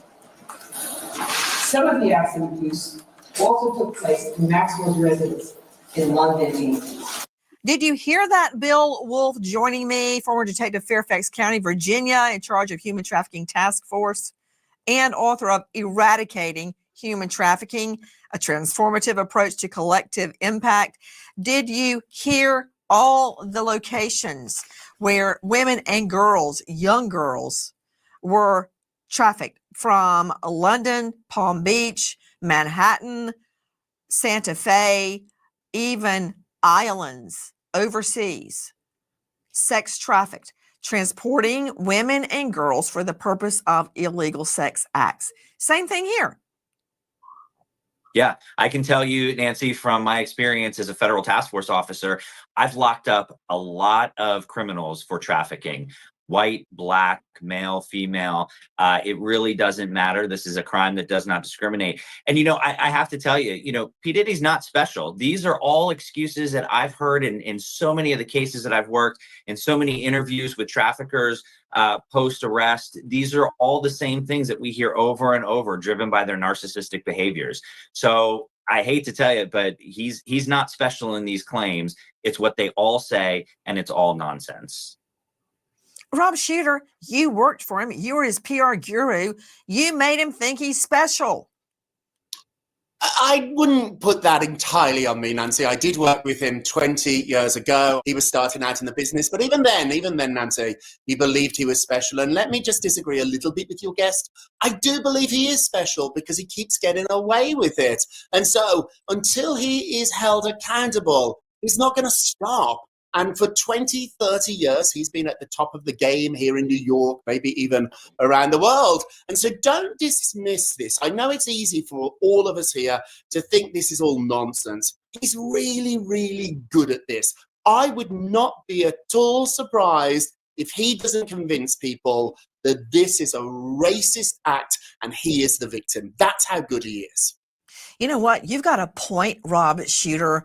Sean Diddy Combs is actually moving to have federal charges dismissed, claiming the statute, the black and white letter of the law, the Mann Act, is racist and targeting, of all people, Sean Combs. Please join us on our mission to find missing people, especially children, to solve unsolved homicides. If you're on the go, catch us on your favorite podcast app where you can get all of our content where we, in our own way, seek justice. The infamous rapper and disgraced music mogul isn't too happy about the federal charges coming his way. P. Diddy claims racism, saying he is being prosecuted for conduct that regularly goes unpunished for white men. That's right, Sean Combs, you're the victim, not the dozens and dozens of women that claim you raped them on video after knocking them out with drugs in their drinks. Yeah, it's all about you. Well, let me jog your memory, Sean Combs, about another famous white dude that's now doing hard jail time. What do we have to do here? Nothing. I'm going to take a shower. You sit there and have a drink. Water. I don't drink. Don't have Can a I glass stay of on the bar? No, you must come here now. No. please. No, I don't want to. I'm not doing anything to you. I'm I very know. embarrassing. I'm sorry. I cannot. No, yesterday was kind of aggressive for me. I need to know a person I to be won't touched. do a thing. I don't want Do a thing, please. I swear I won't. Just sit with me. Don't embarrass me in the hotel. I'm here all the time. I Sit know, with me. but I I don't promise. want to. Please sit there. Please. 1 minute. No, I I ask you. can't. Go to the bathroom. Please, I don't want to do something I don't want Go to. to the. Hey, come here. Listen to me. I want to go downstairs. I'm not going to do anything. You'll never see me again after this. Okay? That's it. That is an audio tape of the media mogul Harvey Weinstein forcing a young woman, Batalana, into an undesired sex act. To Dr. Bethany Marshall, I mean, when you hear the way he uses his power, his money, his influence to coerce someone into sex, it's heartbreaking. Nobody believed her. Remember, not you and I, of course, but no one believed her until someone finally came forward against Weinstein. And then this audio emerged. Do you hear her saying, no, no, no? And he's like, don't embarrass me. All that power and wealth, prestige is used to coerce her. And he also physically coerced her. In case anybody has a doubt in their mind about what it's about, this underscores the fact that it's about power. It's not about sexual excitement. It's primarily about power. He's threatening her, intimidating her, not listening to her, trying to get her to bend to his will. Do you know, Nancy, that prison interviews and research really suggest the fact that both victim and perpetrator alike report little to no sexual pleasure as part of a experience, even the perpetrator. But what they do talk about is contempt towards the victim, which is what we're seeing with Sean Diddy Combs. The other thing is, you can fool some of the people some of the time. You can't fool all of the people all of the time. In the case of Sean Diddy, he's doing to the government what he tried to do to the victims. The government is not a girl or an underage male escort. The government is a collective who sees right through this. So I'm kind of enjoying him coming up against the public or the government, because I think that this is going to be his first time that he can't get away with something. It's going to be kind of nice to see. I'm going to get a box of popcorn. Guys, we're responding to Sean Combs' claim that he is the victim, that he is being unfairly prosecuted, more of his paranoia.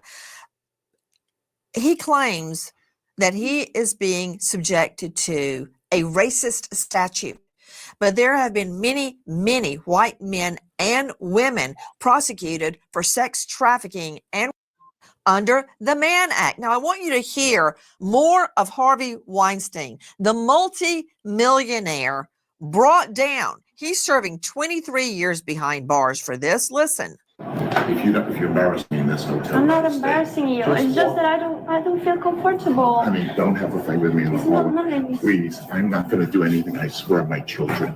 Please come in. On everything. I'm a famous guy. I'm feeling very uncomfortable right Please now. come in now. And 1 minute. And if you want to leave, when the guy comes with my Why jacket, yesterday you touched my breast? Oh, please, I'm sorry. Just come on. I'm used to that. But you're used to that? Yes, come in. I will never do another thing to you. 5 minutes. Don't ruin your friendship with me for 5 minutes. I know, but it's kind of like, it's too much for me. I can't. Please, you're making a big scene here. No, Please. but I want to leave. Okay, goodbye. Weinstein, you don't want her to make a big scene, then don't grope her breast. Just a suggestion. You can think about that for the next 23 years. And of course, it seems like Sean Combs, now being prosecuted for sex trafficking, took a page out of the book of another famous star, Cosby. Listen. Years of allegations against Bill Cosby were dismissed and accusers were ignored until 2014, when multiple allegations were made against him. Accused by over 60 women, it was the case of Andrea Constand that landed him in jail. Investigated in 2005, Andrea Constand claimed she had become friends with Cosby in her position with the Temple women's basketball program. One evening, after being out drinking with friends, she went to Cosby's home in a suburb of Philadelphia, and after complaining of stress, Cosby gave her 3 blue pills to help her relax. The You know, it's crazy after all this time, you know, things would end up the way they did with him. But, you know, it had been out there for years. You know, that's what they got going on out there with the Rat Pack.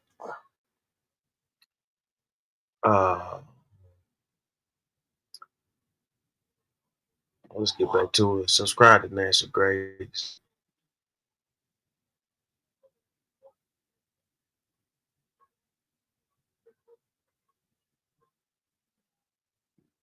Pills were Benadryl, and Constant became semi-conscious and unable to move. To Dr. Bethany Marshall joining us, same thing. You invite someone over for a seemingly innocent get-together. In Cosby's case, it was always to help the person with their career. And then they would wake up with their clothes all twisted up, feeling like they've been hit in the head with their hurting. Same thing with allegations against Sean Combs, who's now claiming he is the victim. Same exact thing, Dr. Bethany. Nancy, it's so fascinating to me as well that it's the exact same offending pattern. It's like as a part of these men's power and sexual fantasies, they work out something that they think is fail-proof. Find a vulnerable woman, maybe someone underage, somebody who is thrilled by your celebrity, put them in a compromising position so they'll do whatever you want, they'll bend to your will, or they won't even remember what's going on. Take a video so you can threaten them afterwards if they want to go to the police and make them feel like they are the perpetrator, or you have the video for your own sexual pleasure for the rest of your life. It is so classic. And tonight in Bombshell News, a major claim against Jay-Z, the cohort of Sean Combs, has been dropped. Speculation rife that the same thing will happen with Sean Combs' case. And this is what it's all about. Another shocking revelation in the scandalous Sean Diddy Combs case, now officially including Jay-Z.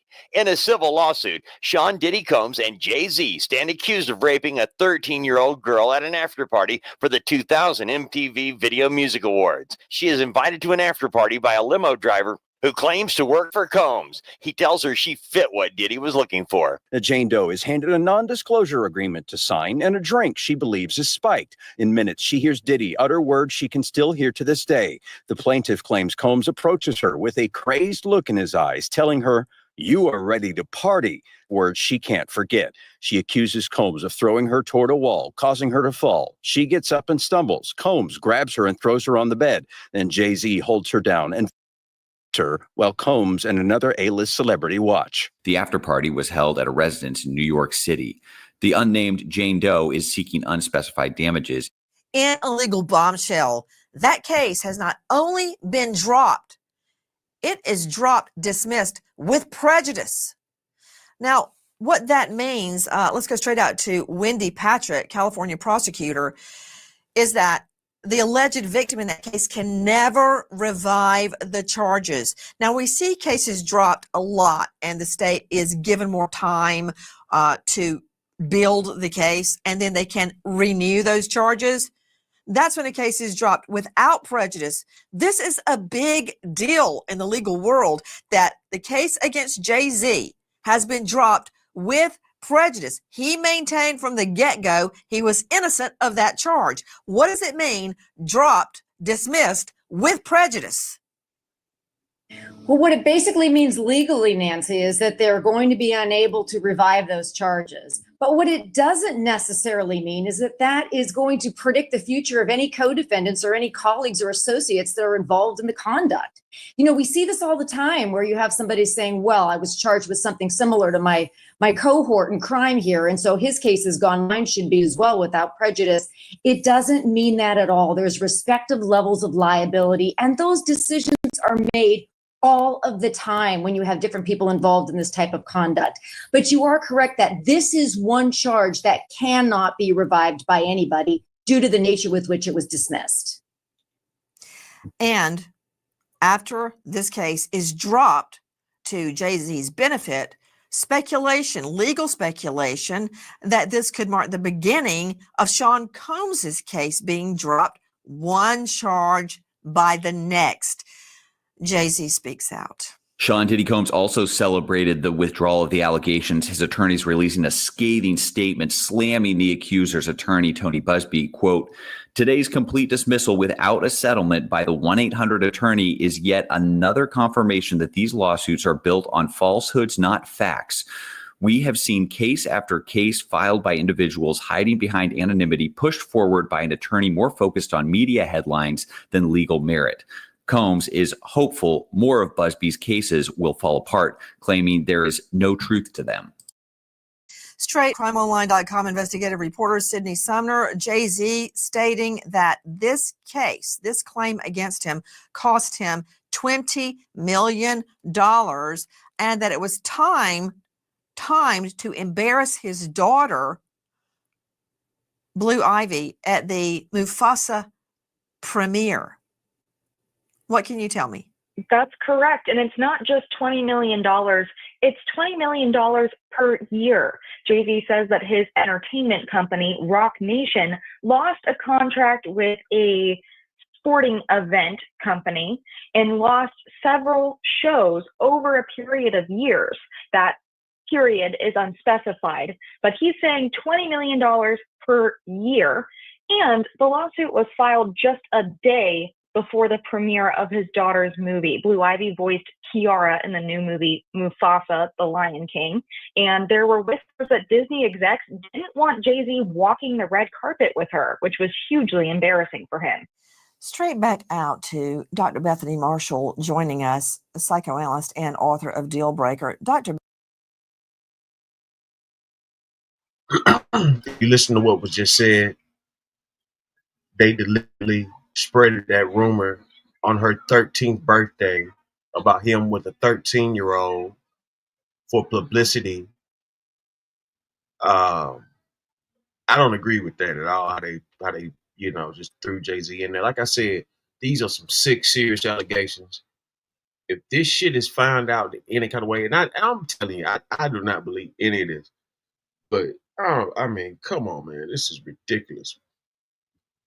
The lengths and the levels these people go to is outrageous. Bethany, I wonder if it's going to work in reverse. Once Cassie Ventura first spoke out, as we saw in Cosby, Angie Constant was the first one to speak out, and then suddenly there were criminal charges. Cassie Ventura spoke out, and the video of her being beaten in the hotel corridor by Combs was leaked, okay? Then criminal charges immediately followed when the feds really had their noses rubbed in it. And people said, hey, why aren't you doing anything? So I'm wondering if it's going to work in reverse, Dr. Bethany, that now we've got a victim's case, an alleged victim's case. He declared his innocence from the get-go, Jay-Z did. That case has been thrown out. Is it the beginning of a domino effect? There's been a lot of speculation about why the case was thrown out. Was the victim paid off? So how did this suddenly end with prejudice? We don't know. We don't know why it was thrown out. We just know that's a very strong statement from a judge to dismiss a case with prejudice. Is it the beginning of a domino effect? You know, Nancy, there's something wrong with this story, and I can't quite figure out what it is. Even if the victim was wrong about her dad coming to pick her up and some of the stars she said she saw at the party, that doesn't mean that nothing happened.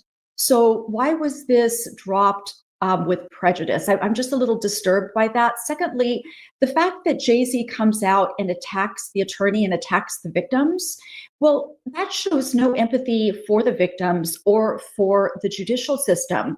So right there, that is not a good look at all. He's very self-referential. You know, Nancy, that $20 million a year, that's like a speeding ticket to him. Like what a speeding ticket would be for you and me. And the fact that he's crying about that shows no reality about what it's like for most people in the criminal justice system who have to scrape up money for attorneys or who lose their jobs or can't get a job after they're incarcerated. Jay-Z's only worried about himself. I mean, it's just really, it seems not surprising to me, given this, that he's such a good friend of P. Diddy's, because both men seem to be lost in their own worlds with no idea of what's going on in anybody else's life. In the last hours, Sean Combs whines he is the victim, that he is the target of a very unfair law. Poor me. Wah, wah. I'm being singled out. You're not. Hey, Diddy, you're the one that brought up R. Kelly. Listen. I met him in 1998 at the Home Alone video shoot. I was an extra, and his cousin told me that he wanted to meet me. I was surprised because I was only 17 years old. He asked me how old I was, and I told him I was 17. His second question was, will your mother let you come to Chicago? I'm assuming he asked that question just to see if I would agree to come. I said, yes, my mother would allow me to come. But of course, I didn't ask her. He put me on the phone with June Brown, which is his assistant to this very day. June sent me the money. They actually told me to get my own ticket and where to go and what hotel to go to once I got there and everything. And then they brought me to him once I got to Chicago. You are hearing R. Kelly victim Lisa Van Allen describing a sex attack on her by Kelly. You brought it up, Sean Combs, not me. Listen. He asked me to do a threesome with him. And the way he got me to do it was he told me he had never had one before. And with me thinking that I'm his girlfriend, I felt, kind of obligated to do that for him if he had never had one before and he's a superstar. You know what I mean? I'm like, girls are always throwing themselves at him and he's never had one before. So I'll go ahead and do it, for him. We had the threesome. And after we had it, it just became just something that he always wanted to do. Once we did it more than once, I realized it was a lie, but I was already caught up into it and I ended up living there with him. He was taking care of me. I didn't have my job anymore at the mall, so it kind of was like I really didn't have a choice. This is Lisa Van Allen describing being coerced into underage sex with R. Kelly, who's now doing hard time, but there's more. I know she was 14 because we actually had a threesome with her. At the time he told me she was 16 years old. I later found out that she was 2 years younger than that. So because we were headed to one of his video shoots, she told me that she was going to be getting a PT Cruiser for her 16th birthday. By me doing the math, of how long ago the first encounter was, it was 2 years prior. And the tape that was on trial, she looked exactly the same, had the same hairstyle, the same, just everything. Everything was exactly the same. It was even in the same room. So to you, Sean Combs, your claim that you are being unfairly prosecuted under the Mann Act, there have been many before you, and many will come after you, prosecuted under the same statute. But once again tonight, according to Sean Combs, it's all about Diddy. We stop and remember an American hero, police officer Keith Boyer, Whittier Police Department, California. 27 years in law enforcement, leaving behind children Joseph, Joshua, and daughter Ashley. American hero, Officer Keith Boyer. Thank you to our guests for being with us tonight, and especially to you for being with us tonight and every night. Nancy Grace signing off. I'll see you tomorrow night, 6 and 9 o'clock sharp Eastern, and until then, good night, friend.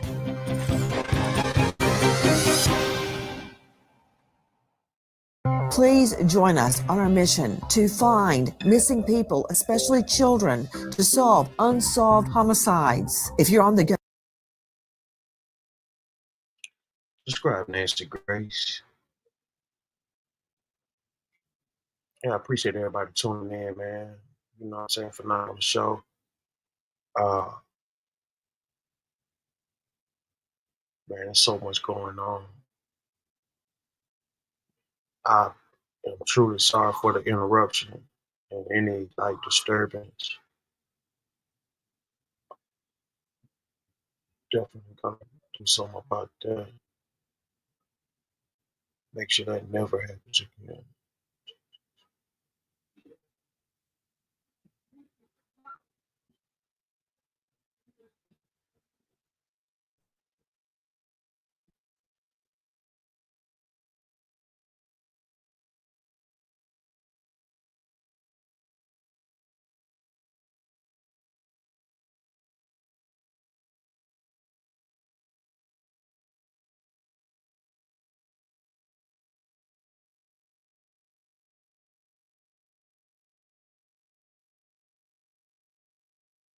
That's out there that came through, man. On all platforms, all social accounts.